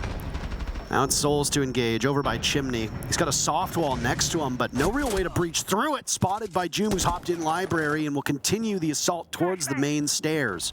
But Astro's still up. FaZe still very much in this, even though they really haven't done much to dent this Heroic offense. Only Sloth has taken a bit of damage, and it's not much. Again, Heroic, they get the advantage. When Sloth is set, don't give them anything. Play it tight together, play for that post plant. You gotta get that diffuser down or go for an execute soon. Cyber trying to control that SMG-12. What a thankless job that is. Joom continuing his incredible performance, and it's another flawless round. Good lord! Look at you! What is he doing? What are you doing, bro? What are you doing? Let's fucking go, Joom! Fucking go. Yeah, good job, Jubin. Good job, man. Did I enter the one? Yeah, you did. I'm not making excuses. No. But FaZe performed really well in that first half, and Joom was just not effective. Now, we are looking at an attacker-sided Chalet. 4 rounds on attack for FaZe, and so far Heroic have 4 as well. Assuming that this pattern holds, FaZe Clan should win this round. We go to overtime. Okay. I mean, this is Heroic's map, so maybe they're just a better team on an attacker-sided map, and they'll win 5, we don't know. But Joom just wasn't playing up to snuff, and he was the one who had the tech issues. So they restarted, seemed to fix things, and now Sid's coming back to the lobby. 9 kills over 5 rounds. It's impressive. But the thing is, we can talk about Heroic when they're doing well in terms of numbers. FaZe, 0-5 Bullet, 1-5 Viking. That's not exactly where you want to be on the board, especially because they're not the supportive, network that are playing on the bottom side, that are playing 2 versus 5. Not at all. These are the first 2 out of 3 people finding contact against Heroic, just loosening their opening duels time and time again. And it's not even to guns half the time, it's to those damn grenades the Sloth keeps tossing on out. He's hitting their marks. And sure, Bullet, he keeps bringing the Wamai nowadays. He wants to stay safe. It is Bullet last round on the Wamai that died to a grenade. Obviously, you don't want to rag on a player who's having a bad match. But I think calling attention to how their contributions are not helping the team is important in this case. Bullet is obviously helping with utility. That's indisputable. But Bullet also dying early on and not providing any firepower whatsoever for FaZe. That's a huge hindrance to the team at this point. In this map in particular, Bullet has been largely invisible. That certainly is problematic. Heroic again with the utility clear, slowly but surely is taken away step by step. First to be the magnets, second the deployable shields, third the positions that FaZe they want to hold on to. Bullet aggressing forwards, does some confidence left in him. Noodle engaging with Astro. Astro will get away. The Oryx capable of covering great distances quite quickly. Bullet, first to die on his team, but technically not the first to die overall. That was Noodle, but it's a trade either way. No team walks away with an advantage. But again, Bullet in a position where he's hunted down. Play him in sheltered minutes. Play him in a safer spot. Right now, he's just not getting the job done. Shield gets clear from Heroic. They get the info with the Gemini clone. FaZe, they're still fighting for Master Venture, but they've lost office control. And the walls seem to be closing in quite fast, Nick. Heroic, fired up. Look at that. Another kill. Everybody's dying. It's just souls upstairs inside a solarium. About to become his literal namesake right now. Call him Alives. Bodies, if you do. 1 minute in a 1v4. A 1v3 if you consider that Joom is down, but gets picked back up. Business as usual for Heroic. Uno with Diffuser getting planted. That's yet another objective in the column of the European team. And it's Sloth, who had a bit of a struggle to find his footing, but recovered quite gracefully. Heroic take their map 7-5. A great start for Heroic, and then FaZe, they really turned up, but some timeouts, some tech timeouts, and Heroic, they find their footing, and FaZe, they're looking to make the next map of Bank go their favor. The last 4 rounds, FaZe only mustered 3 kills? Was that by my math? 3 or 4. 1 kill in round 9 or 2 kills in round 9, 1 kill in round 10, 1 kill in round 12, none in round 11. It doesn't matter what team it is. It doesn't matter if they got here through a qualifier. It doesn't matter if they just formed right before they made it to SI. That's just not good enough. No, it really isn't. FaZe were not the team on Chalet. They were on attack. Defense not the case. Heroic end up doing quite well. And now both teams will reset to go to FaZe's map of Bank. But of course, before we get there, the teams are going to want to talk, and you're going to want to watch some ads. We'll see you soon.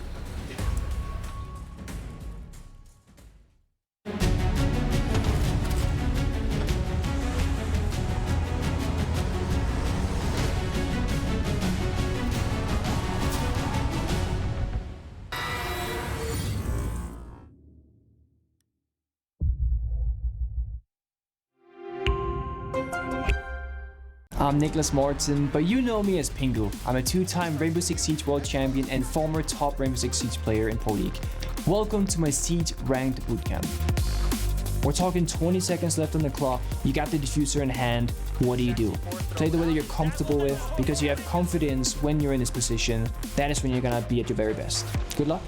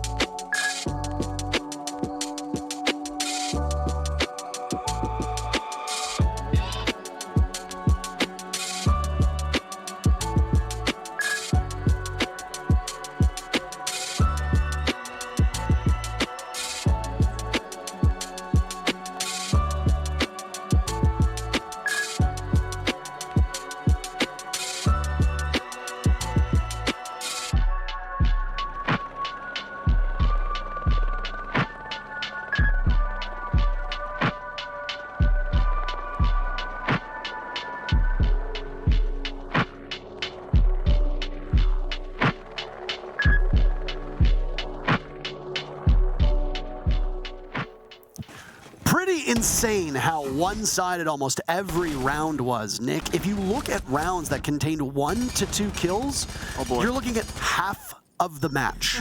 That is no exaggeration. When one of these teams won, they won big. And if you look at the scoreline, it was Heroic who won bigger.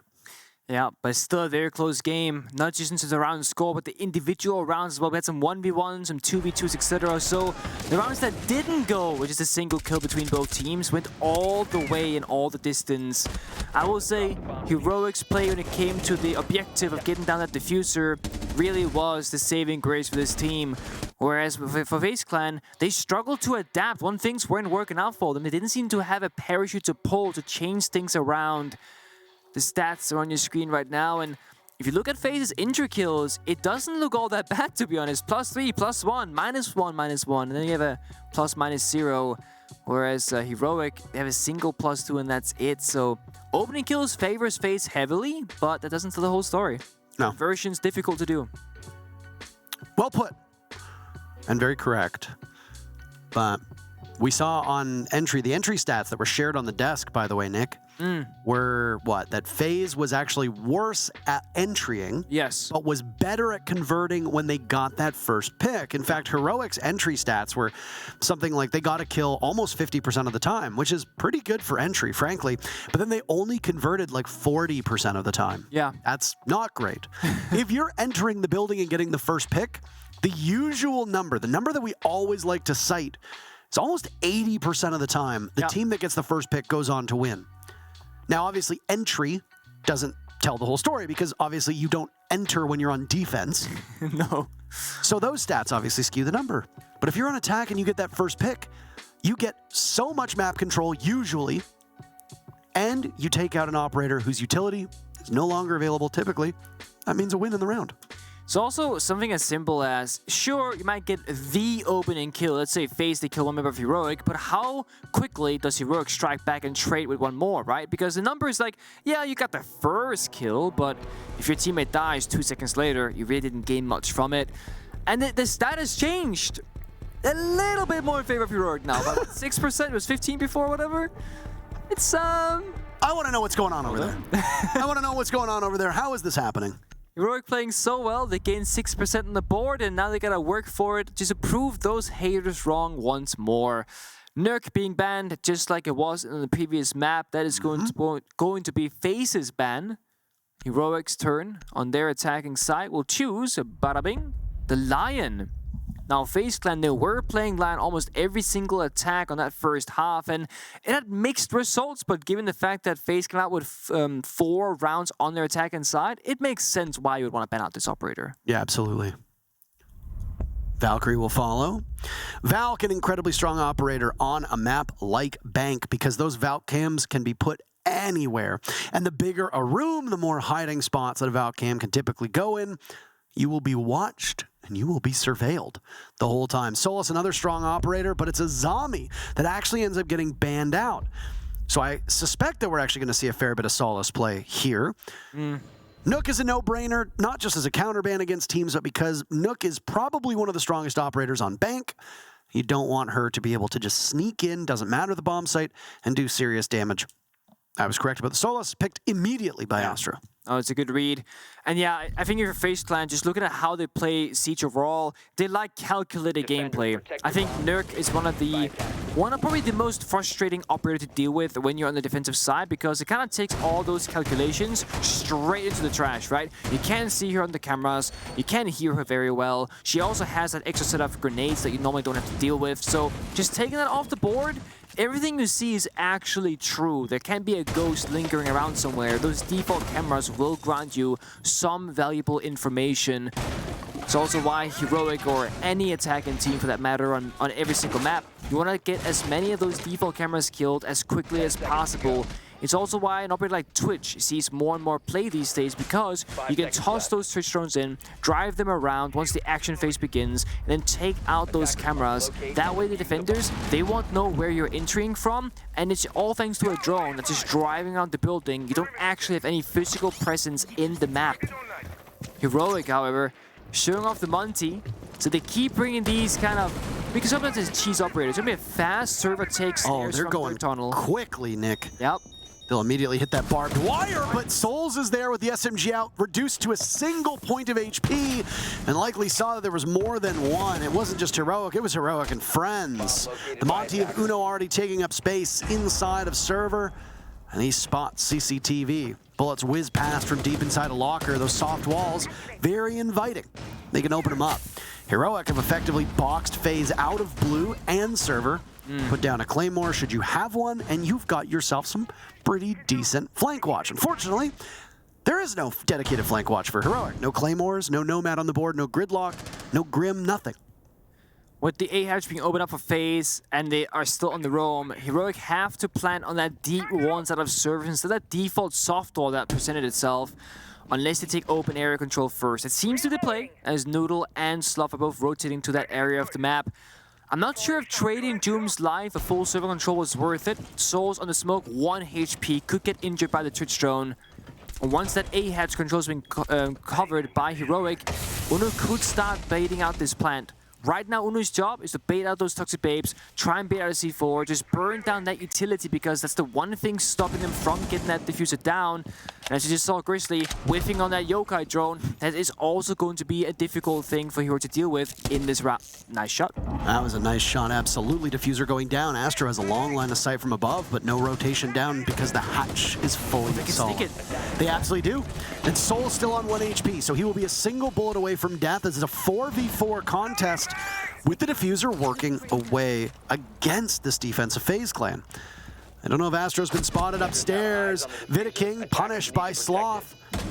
There's more damage done as well, and they just continue to walk into the crosshairs of Heroic. Nicely played by Heroic to lock it out. Yeah, he shot the smoke. Wow, dude. That was so clean, Adam. That was very, very clean, I have to say. I mean, sure, you lost Doom early on, but you got the ground you wanted. And I was going to say that's as close to a flawless execute as it could have been, because that was pretty much played out perfectly by Heroic. Given the fact that FaZe had both a yokai, 2 toxic babes, a C4, it was absolutely criminal that Uno could just stop planting with 1 minute and 20 seconds left in the round, absolutely uncontested.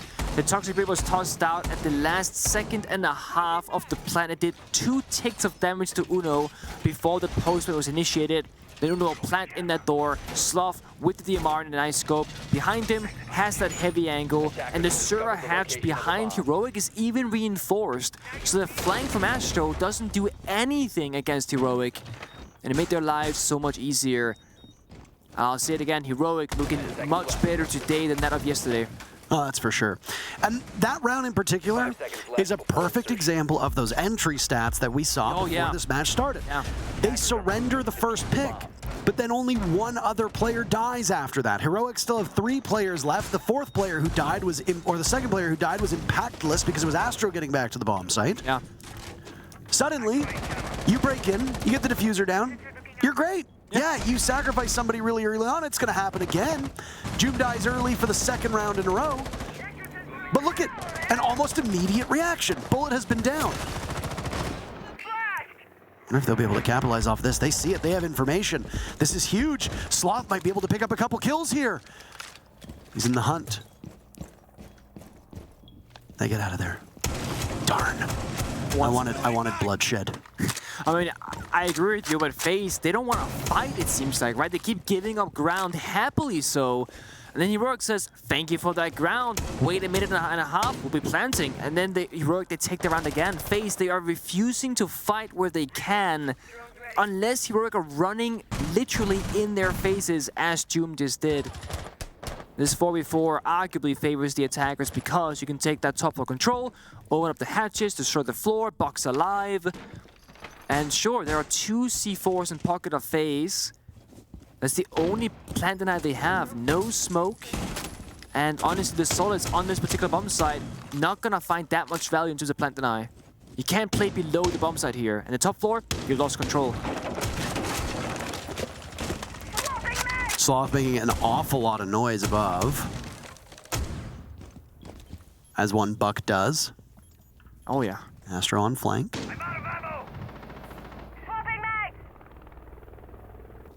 Noodle might be able to catch him.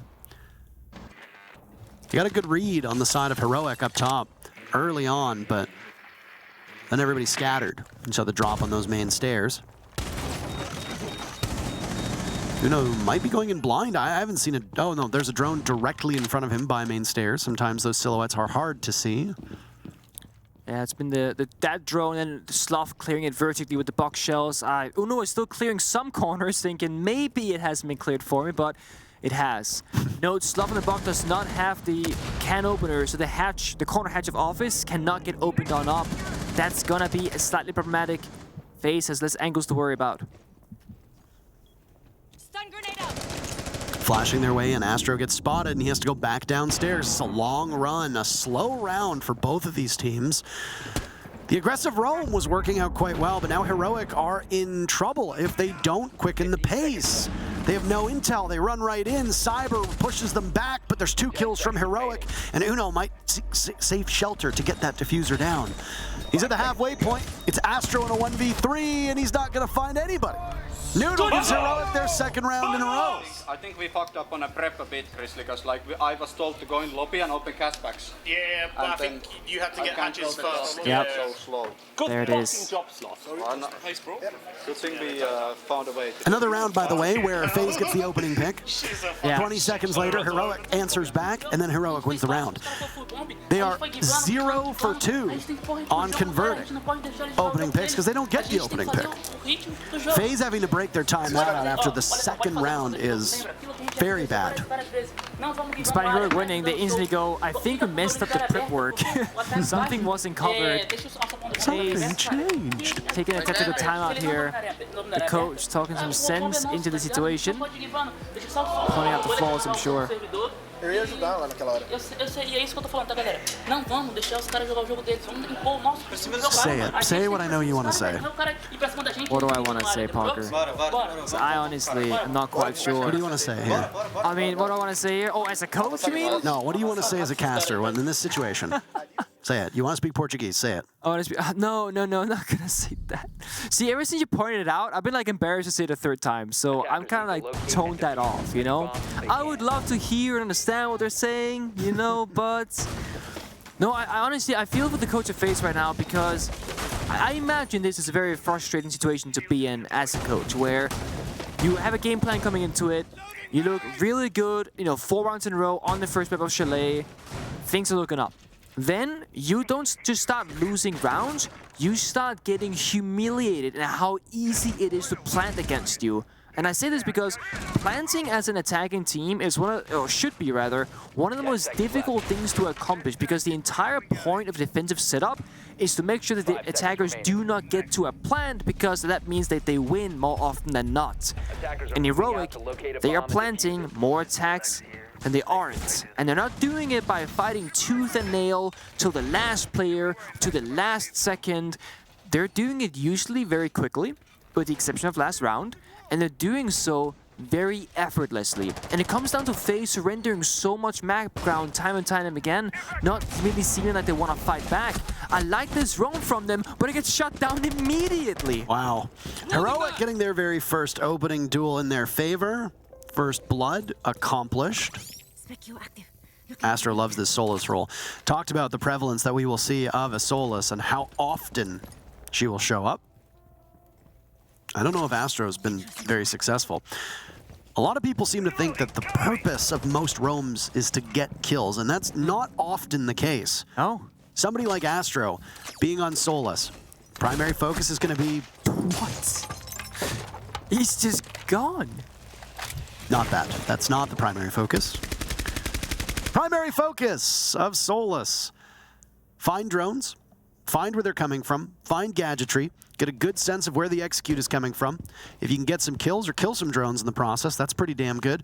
But generally, you want to set your team up for success, and Solus is a tremendously good operator at doing that. Maestro is as well. Valkyrie is too. Mira does that. Unfortunately, sacrificing yourself as early as Astro has, and he was the saving grace of the previous map. To have him now 0-3, well, that could be the death knell for FaZe if he doesn't wake up. Man, the roam was good, But again, Heroic, they have solutions for most of these things, it appears. FaZe, they had 2 members roaming, then 3 members deep on the bomb site. No one really playing that middle ground to assist and escort someone back if they needed help. I mean, to be fair, what we saw, no help could really be had, in all fairness. The bomb site is left with yokai drones from Echo and 2 toxic babes from Souls. But it's going to be faced with, you know, every single hatch above. The walls of side of Hugo servers opened up as well. But it appears that Heroic are aiming for that backside execute with lobby and elevator hatch control instead of going for a server take. I mean, they've got their plan, right? They seem to have a good idea of it. Very different approach from Heroic. They get to benefit from FaZe's timeout as well. Foregoing the Monty instead, it'll be a take towards the back. And Vidaking could get flattened by this. He knows there's one on main stairs and suspects that there's one over towards elevator. There's a gas canister thrown out. Souls has none left. It'll linger for about another 10 seconds, but he loses his duel to Noodle. Heroic get the green light. It's time to get in and get that diffuser down, and Uno will do that safely right next to the desk. Souls will not be able to do a single thing about it. Bullet has no yokais left, so it's all up to Souls to make something happen, but he's taking a ton of damage. Up he goes, and 40 seconds left. He's buried downstairs inside of CCTV. We talked about the dominance of these rounds. Another round where there was only a single death for Heroic. Things have not changed on Bank compared to Chalet. No, not at all. FaZe having the same problem as on Chalet. Once a problem occurs, they can't seem to troubleshoot. I mean, they tried that last round. They said, you know, playing too passive, get out on the map, send 2 roamers upstairs. But within 20 seconds, the first person fell.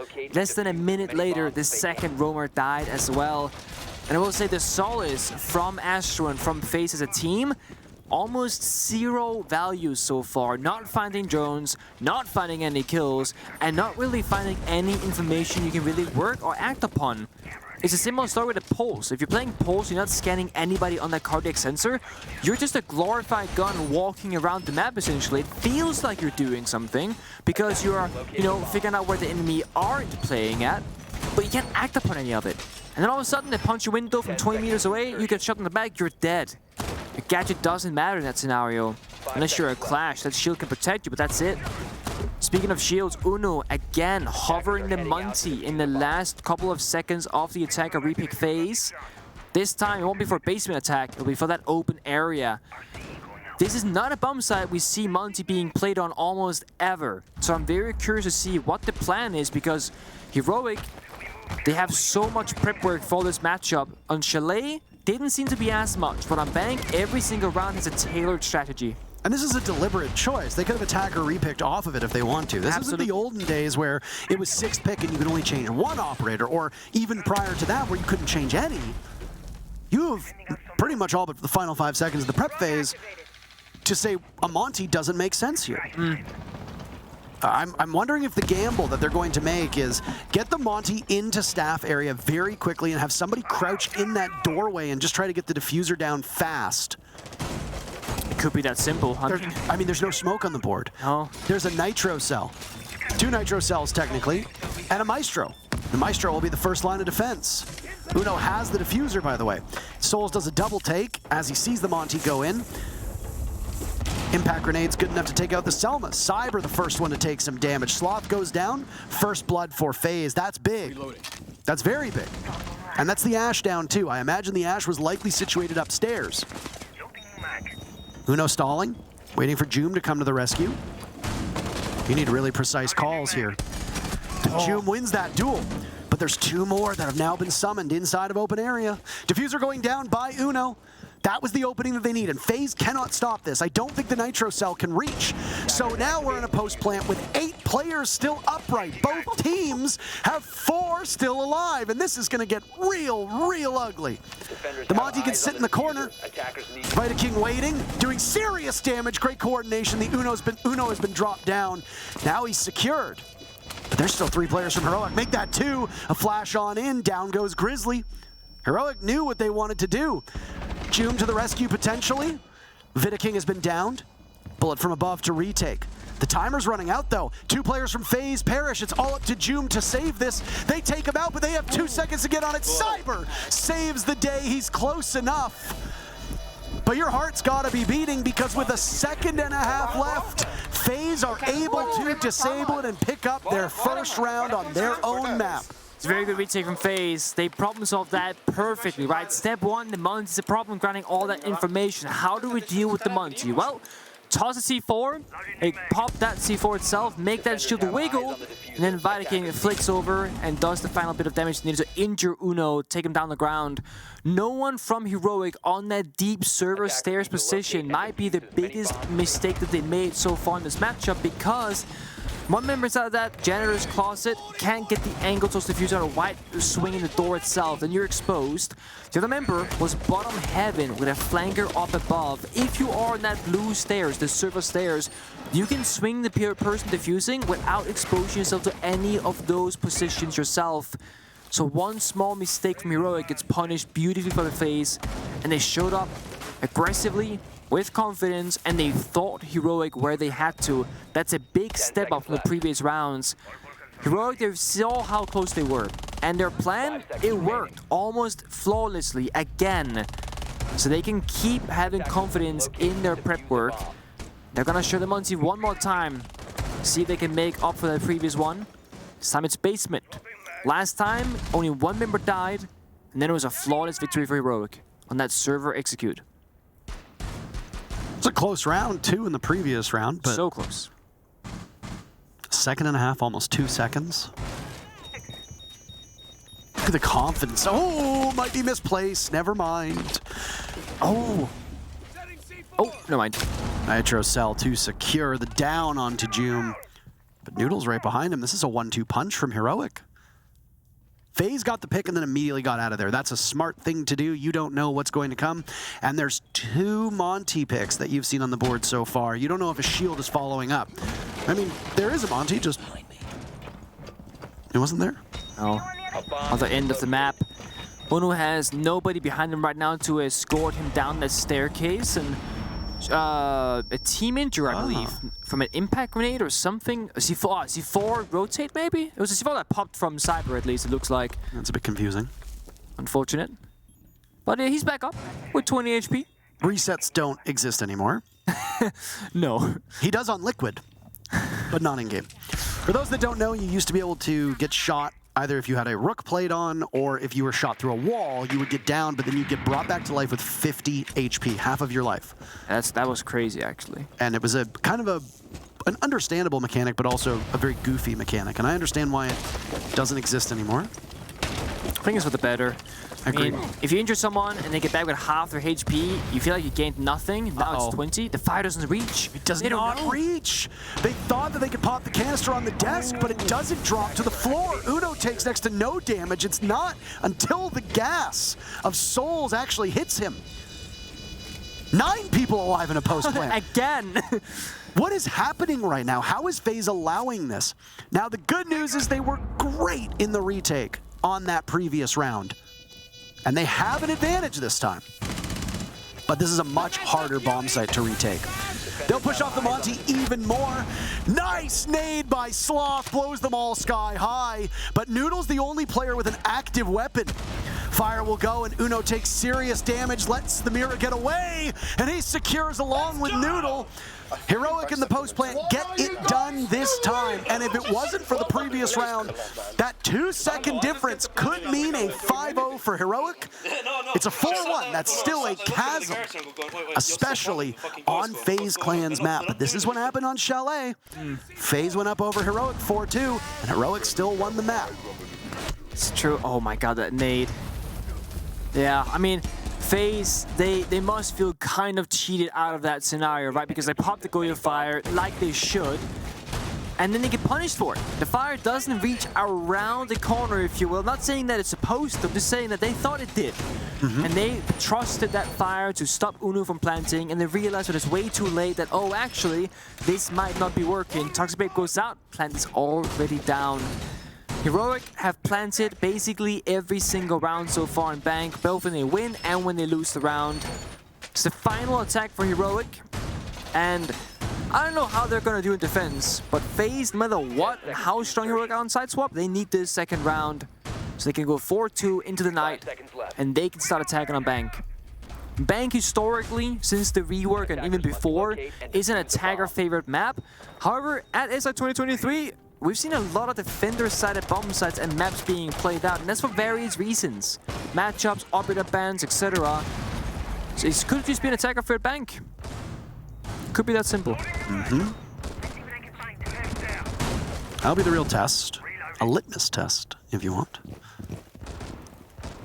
It's Vidaking now playing on that Solus. They've taken Astro off of it. They're going to give him a sheltered role. I think that's a smart idea. I agree with that. Give him some breathing room.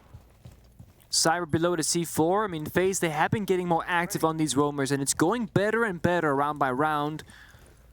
But then, once they get that opening kill, they were very quick to fall back. Didn't want to stall any further seconds. They thought one kill is enough, and as we've seen statistically, FaZe, they get the opening kill, but they do not get the round, so falling back is not always the safest option. Nice shot, but it's a trade and a half, if you will. Sloth goes down. FaZe have got 5 of the 6 first bloods, but only a single round to show for it at this point. Swapping mags. Not necessarily where you want to be. In terms of conversion, FaZe are getting these opening picks and not winning the rounds. Yeah, they're not on entry, but they're still not converting these 5v4s that they keep finding themselves in. In this case, it's technically a 5v3. Cyberman just needs to be retrieved. Part of the bomb site now opened up. I have very fond memories of Uno playing on Gridlock. I've seen it before. Her gun is nasty. Oh. Well, he's in. Well, he is. He's not just gonna plant with the Gridlock charge, right? I think he's just gonna plant. No. Yeah. There it goes. Sloth on cover. Cyber goes down. Grizzly now on rappel, waiting for the vault out of paper. He sees one inside of that paper area. Nitro Cell goes out, another Nitro Cell will go in, and they all look for the same target. Uno's no more, but Diffuser still goes down. By the way, 6 rounds, 6 successful plants for Heroic. That is a stunning statistic. They're 50-50 on the post plant, though. Blood's waiting, and he gives his position away. They know exactly where he is. Only 2 players from Heroic. Timer starting to run. Somebody's got to get on it. Astro on the jump out. He's dead to Grizzly. Another goes out. It's a clown car, but there's the Nitro Cell. Oh, Noodle able to do some serious work. Vidaking will need to hop on the diffuser. Has no time. Another good post plant from Heroic. What are we witnessing here? This match is absolutely nuts. Open your eyes! How do I get these plants down? Yeah, you can see it on his face. How do I get the plant down? I don't know, bro. Do you know what? You know, go back 6 months, you didn't get a single plant down, you know what I mean?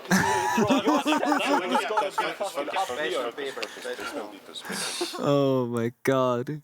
Yeah, a bit of shade there. But I mean, Uno's right. I'm equally surprised and we were stunned watching this because it's a 5 versus 3 effectively because Cyber was injured but not killed off. And then Uno just kind of crouch prone through a breach, no gadgetry, just holds F on the keyboard, and despite, you know, Solus being on the board, 2 C4s, etc., FaZe are unable to stop the plant from going down again. That has to be the most objective, heavy, and successful first half of the game I've ever seen, honestly. Have we had? I'm sure we have. Yeah. This has got to be an obscure stat to find, and I apologize that I'm thrusting this upon you, stat folks. But have we ever had a single half in international competition where a diffuser has been planted all 6 times? Because think about it. 2 seconds separates 6 rounds that were won by the diffuser. Yeah. Because if they weren't able to get on the plant that fast on FaZe Clan's side, that round goes to Heroic at 6-0. Yeah. Wow. I couldn't tell you from memory that we've seen at this level of play ever, international competition at least. And it's certainly not in recent history. Sloth looking for a jump up. We've seen tons of these in this tournament, and there's another. Oh, this one's gonna be, this is gonna be tough. Ooh. He almost got it. Astro 1-6, by the way. It's his first kill. This has been a rough game for Astro. June playing off of square stair door very confidently, and again, as June saw in the previous round, that confidence very much misplaced. FaZe slowing things down. They are getting things under control after that early piece of tomfoolery from Sloth jumping out the window. The Toms were indeed fooled. Certainly were. Now this is going to be, of course, the first defensive heroic, so trying to find out what pace is appropriate here, and same thing goes with FaZe Clan, of course, feeling each other out really. How fast are we gonna go, and where are we going to be attacking from? FaZe have a primary Heartbreacher Vibana and that secondary Heartbreacher in Ying with the can openers. And FaZe Clan, with Dokkaebi and Ying hand in hand, they have a lot of ways to execute this, right? Calls can come out, smokes get tossed in, flashbangs follows through, and no one from Heroic can see. They're just in as well. Yeah. Going fast. And there's the Nitro Cell. It goes, but it doesn't connect. FaZe Clan have reduced Heroic to a single player. Noodle from above, and he will use a Nitro Cell to herald his entrance back to the bomb site. It's enough to scare Vidaking off of that diffuser. Candela's to go off. There's just so much time left in this round, Nick. A minute to go. Noodle gets to pick his poison. How are you going to get in? There's a hatch opened up to drop through Vault. Is there a set of eyes on it? Vidaking stops the plant the final seconds. Nice shot by Noodle. Closing this gap. Look at Bullet's HP. I know that the F2 is a formidable gun, but all he needs to do is win this, Noodle, to move his team to series point. Can't secure onto Vida, and he doesn't know where Bullet is just yet. This is a young player for Heroic. Probably never been a more tense moment for him in his career. He hears the bleed out, has to work against the clock. They know exactly where he's coming from, and Bullet doesn't lose those. He was a single point of HP. Very, very close for Heroic. The two losses that Heroic have suffered to FaZe have been as close as they can pretty much get. Beautiful intro from Souls. That's a DMR, by the way, just getting 3 kills back to back to back, all headshots as well. Uno got that 1 kill when he was defending the bomb site, but C4 went wide, didn't land on that second kill. Uno couldn't stall for time because FaZe did a really good job of just brute forcing their way through the bomb site. Recognized that if Uno stays alive much longer, backup will be approaching. That's when they can no longer plant. So Souls did a really good job of just getting in extremely quickly and granting his team that opening. That's how much one single player can do in some of these rounds. Open area bomb side, change things up for Heroic. They got a big lead, right? 5-2. But you can't let it slip away too fast. And when we saw them win that steal of round on top floor for Heroic, they were kind of celebrating, fooling around, and then it was like, "Wait, guys, serious time, like we can't lose this." Because when you can't get ahead of yourself when things look very easy. The issue is that when the side swap comes through, that old formula that you had that was working so well, it doesn't work anymore. You cannot plant as a defender. You cannot attack the bomb site as a defender. So now you gotta find success in a whole different area of the game. And FaZe, they go on their own preferred side of attacking on bank, as it is typically, as I said, an attacker's favorite map. These drones, the network that they have, I think they actually did not see Uno hiding inside the lobby. But the drone is there, and it's right above him actually on that monitor screen. So if Uno moves, they hear him. If they turn the drone, they see him. And if they do, he is more than likely just guaranteed dead. They're very, very sneaky. I think you're underestimating his sneakiness, sir. Maybe I am. First kill goes to Uno. What did you talk about? Him inside of the lobby, still there. One on the windows as well from FaZe Clan. June was in a potential engagement above, but he drops. Logic bombs go off, so do the Candelas. Sloth might give his position away. I think he has a red dot under barrel sight. Yep, got that laser. Down goes Astro. Heroic sitting so pretty. There go the Candelas, and Sloth will drop. Nitro Cell ripped! Not close enough. The arc of the universe. Need to be taken into consideration there. FaZe walk away, Nitro Cell will go down. Cardiac sensor now giving Uno greater information, but on the other side of the wall, that's a bit cheeky, isn't it? We spoke on that part, didn't we? We can't map the room above us. Neither can Uno, apparently. I remember in one play day in NAL, Astralis, I think it was NAL, it might have been actually at a major, Astralis Nitro-celled a solid floor. Yep, it happens, man. Yeah. Trying to memorize every nook and cranny above you. That's quite a challenge. There was a drone on Uno that entire time. He gets dispatched by a nade, thrown out by Bullet. Not his namesake. Damn shame, isn't it? Uno's been phenomenal so far in this matchup. Joom, who was very good on Chalet, has been quiet on his fragging rolls. Died a couple times on entry needlessly. His team still went on to win despite surrendering that first pick. FaZe Clan have all but one first blood so far. Well, two technically if you count this round, but the round's not over yet. Not yet, but we're nearing the end. 30 seconds in FaZe.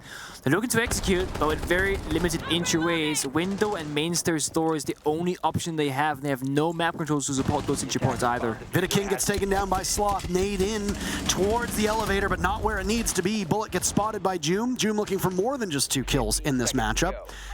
Win or lose, I'm sure he'll be unhappy with the performance. Bullet into small office, he gets taken down. Administrative duties, you know, they're not very sexy. Neither was that death. Soul's in a 1v4, and he's miles away from getting to the bomb site. Desperation sets in because of how dominant Heroic were in the first 2 rounds. FaZe had to take their time out early, and Heroic have been crushing them still since. There's no way to stop this bleeding for FaZe. They will continue to bleed as it's Heroic on series point, up 6-2 on FaZe's map. I'm not that big of a fan. Oh, he's not a fan of something. Slav, tell us what you're not a fan of, man. Come on. Spit it out. Spit it out. This is where FaZe Clan, they need something similar to a miracle, right? As you said, the parachute has been pulled. No tactical timer that was called very early on after round number 2. Heroic, they have theirs still, but knowing Mr. Officer and knowing what most coaches, how they perceive tactical timeouts, you don't want to take your timeout unless you absolutely need to, because if you take yours as Heroic, you give FaZe and their coach a chance to get back into this as a team as well. So I would not be surprised that Mr. Officer would hold on to that call all the way to 6-4, 6-5 if they have to. Maybe not even take it at all, go all the way to OT if you have to.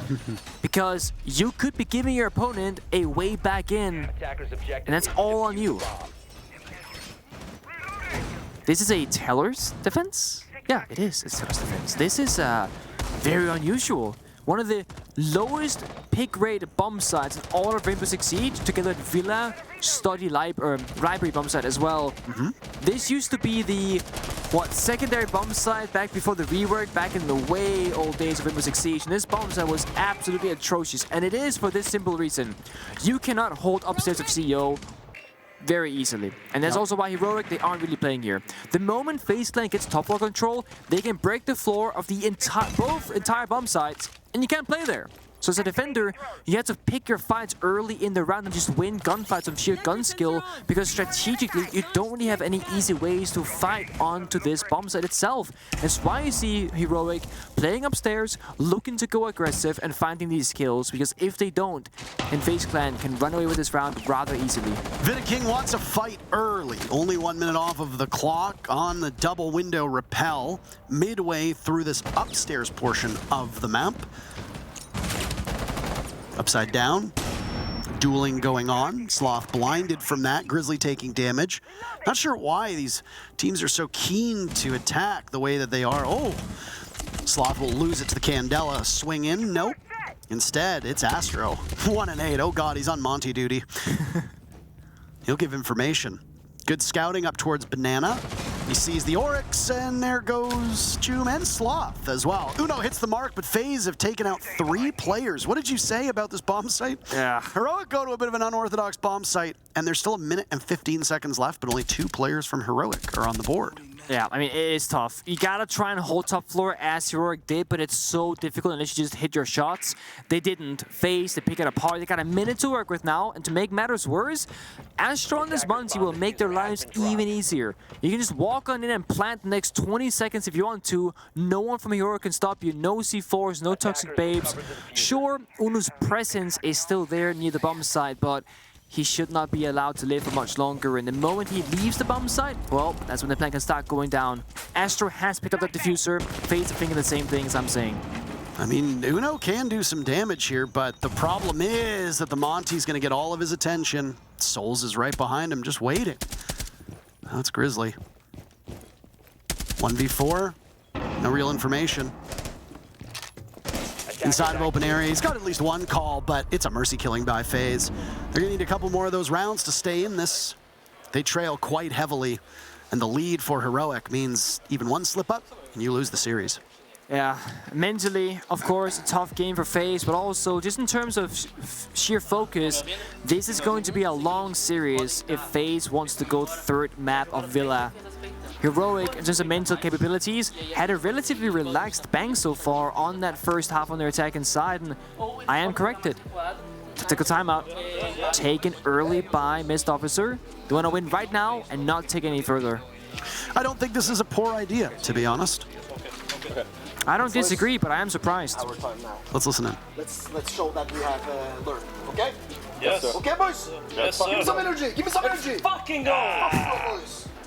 I didn't hear any strategizing whatsoever. No. That was purely a motivational timeout. Super important, that we make a play together on Windows. It will have to. I mean, they've got their super secret strat book in front of them. With super important things, if certain things, they happen in a certain order. Right. Sequence of events, as Uno said. And honestly, watching Heroic now for a couple days in a row, the one thing that they always keep trying to improve on is like the energy, right? That let's go, motivation, hype, etc. Because every single time Mr. Officer can, that's what he will tell them. And the thing is, Uno as a leader is very much the opposite version of the let's go boys motivational. He is a proper Finn. A man of few words, wants to get the job done, and then go to his sauna and have a nice relaxing day. And that's it. But Heroic, especially with these young players, I do believe in what Miss Officer is saying, where there's a lot to be gained, a lot of benefits, and having that very, not crazy environment, but like, we're celebrating, we're happy, we're building up this energy, because sometimes silence can be perceived as bad, it can be perceived as negative, when it doesn't necessarily have to be. Not everyone can thrive in that silence, but if you want to, you know, interview with Uno, he wouldn't tell you anything unless you asked him a literal question. So, he's a quiet guy. He's a quiet guy. There's nothing wrong with that. Noodle having an incredible performance so far in terms of raw numbers, 11 and 3. Of course, Love second, right behind him with 10. Then Uno on 9, despite playing Monty for 3 rounds in a row. On the side of FaZe, it's pretty much a full team effort. Numbers are very close. There's one exception right now, and it's unfortunately Astro. And sure, he played Monty in that previous round, did a great job at both securing map control and the plant, but 1 and 8 so far has been a quiet map for him. Souls, when he's leading in the entry department, that's when FaZe are finding the most success, like we saw in that basement attack earlier on, but right now, he is finding himself back in a familiar role of playing Heartbreach.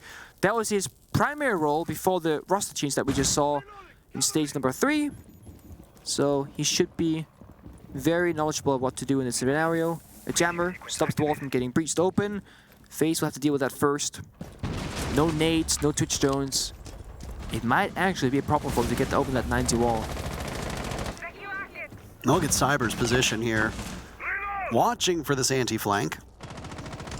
Down goes Joom again. He's dying early so often. Once FaZe Clan starts to get up to speed, and if they start to increase their momentum, you're going to look at these early deaths by Joom as the main culprit, right? He's a boat anchor on this team time and time again in this map. And that's not how he is. He's usually so good. So to play below his expectations and our expectations, it's harming this squad. Sloth almost died as well. He's got a bit of an innovative setup looking into archives with Noodle not too far off. Heavy focus. We've seen this before. Vidaking's in the middle of the bomb site. Down goes Cyber to Noodle.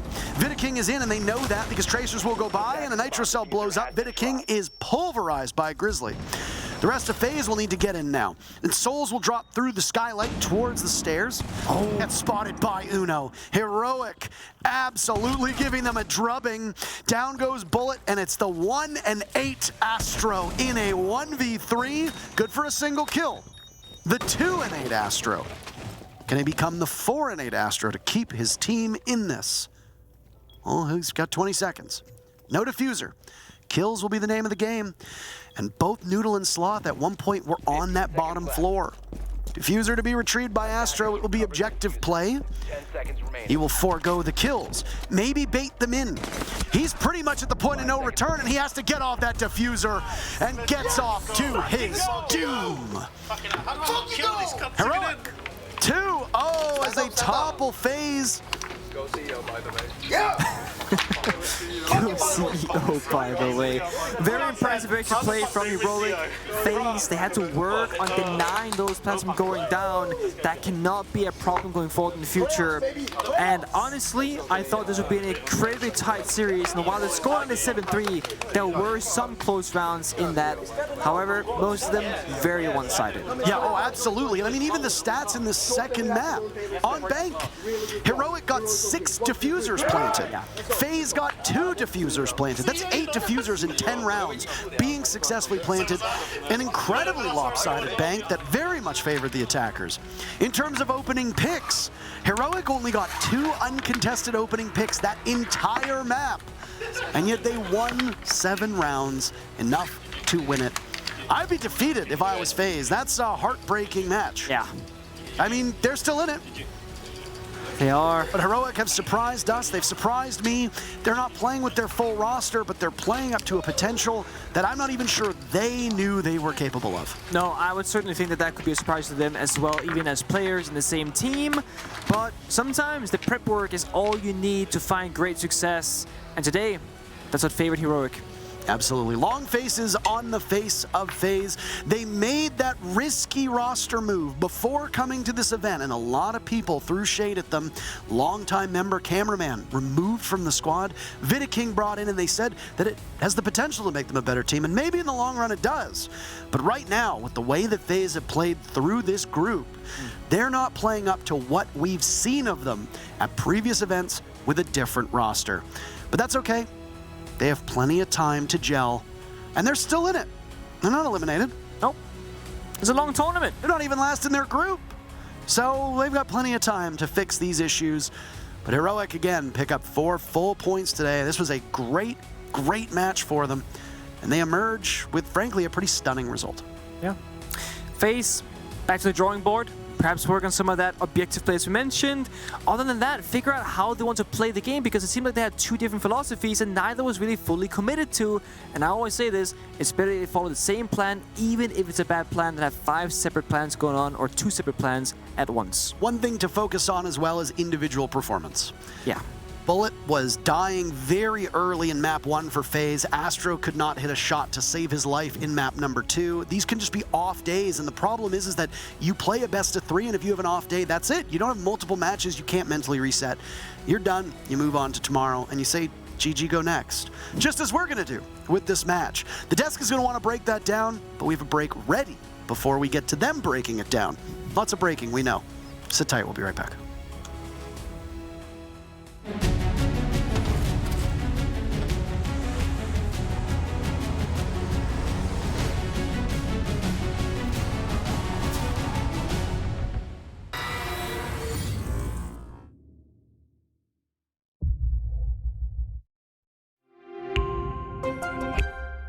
I'm Nicholas Mortensen, but you know me as Pingu. I'm a 2-time Rainbow Six Siege World Champion and former top Rainbow Six Siege player in Pro League.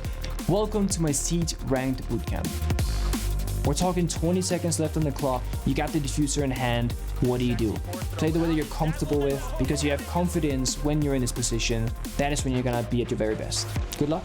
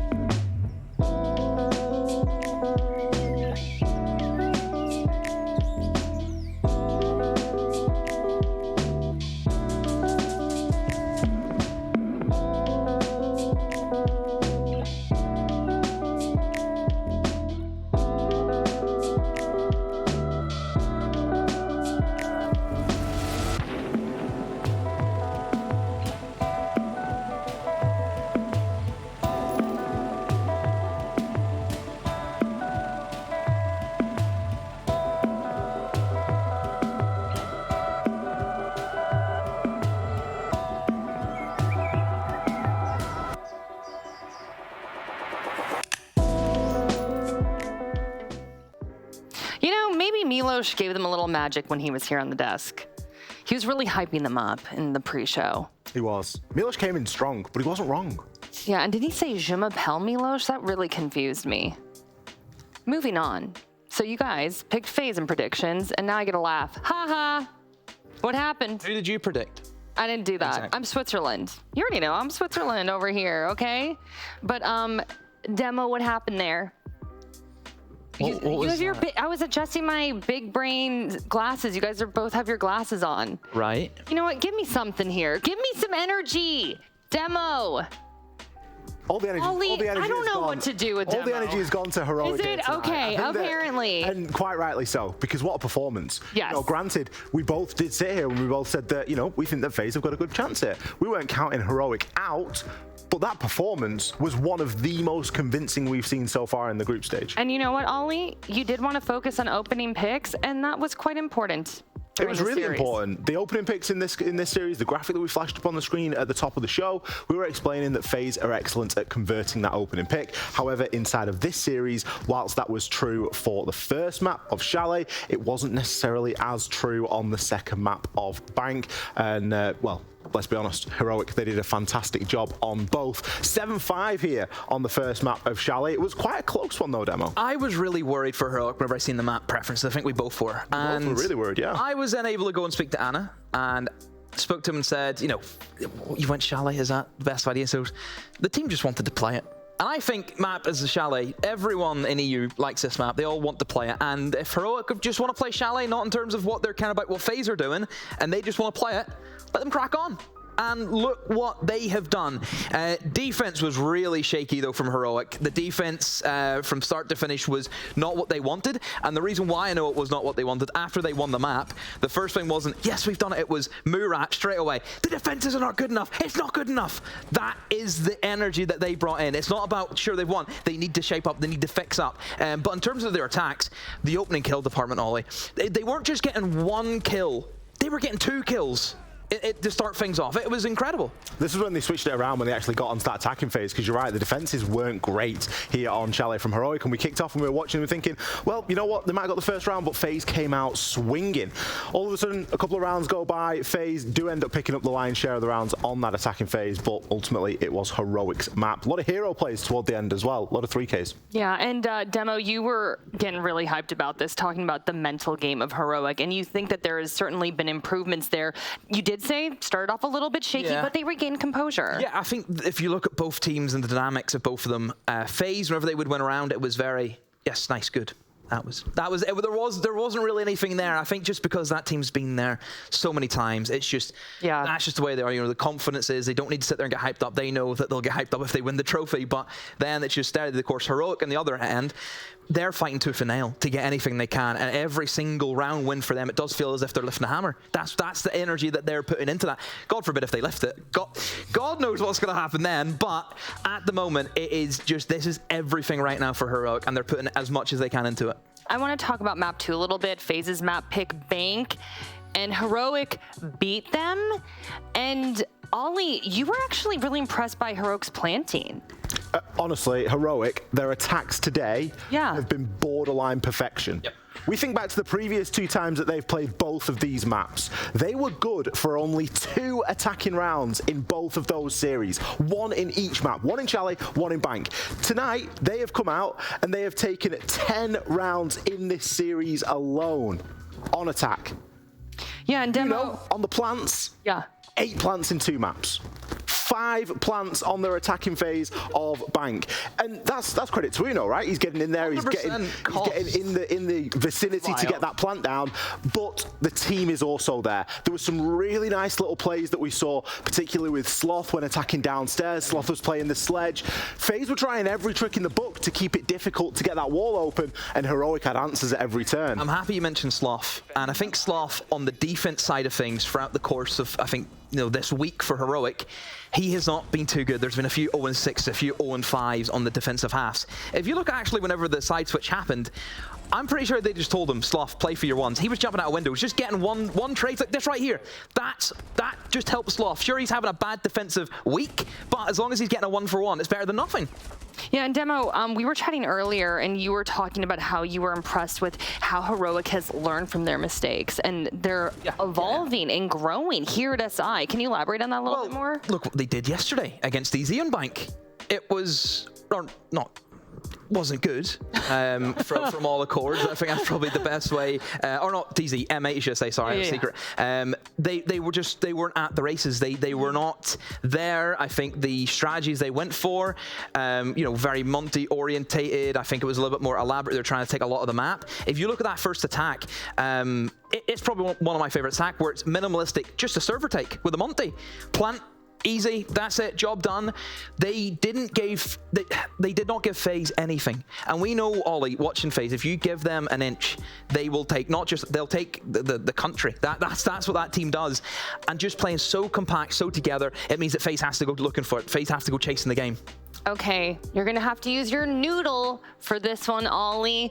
I have the MVP in my head. Who could it be? I know who it should be.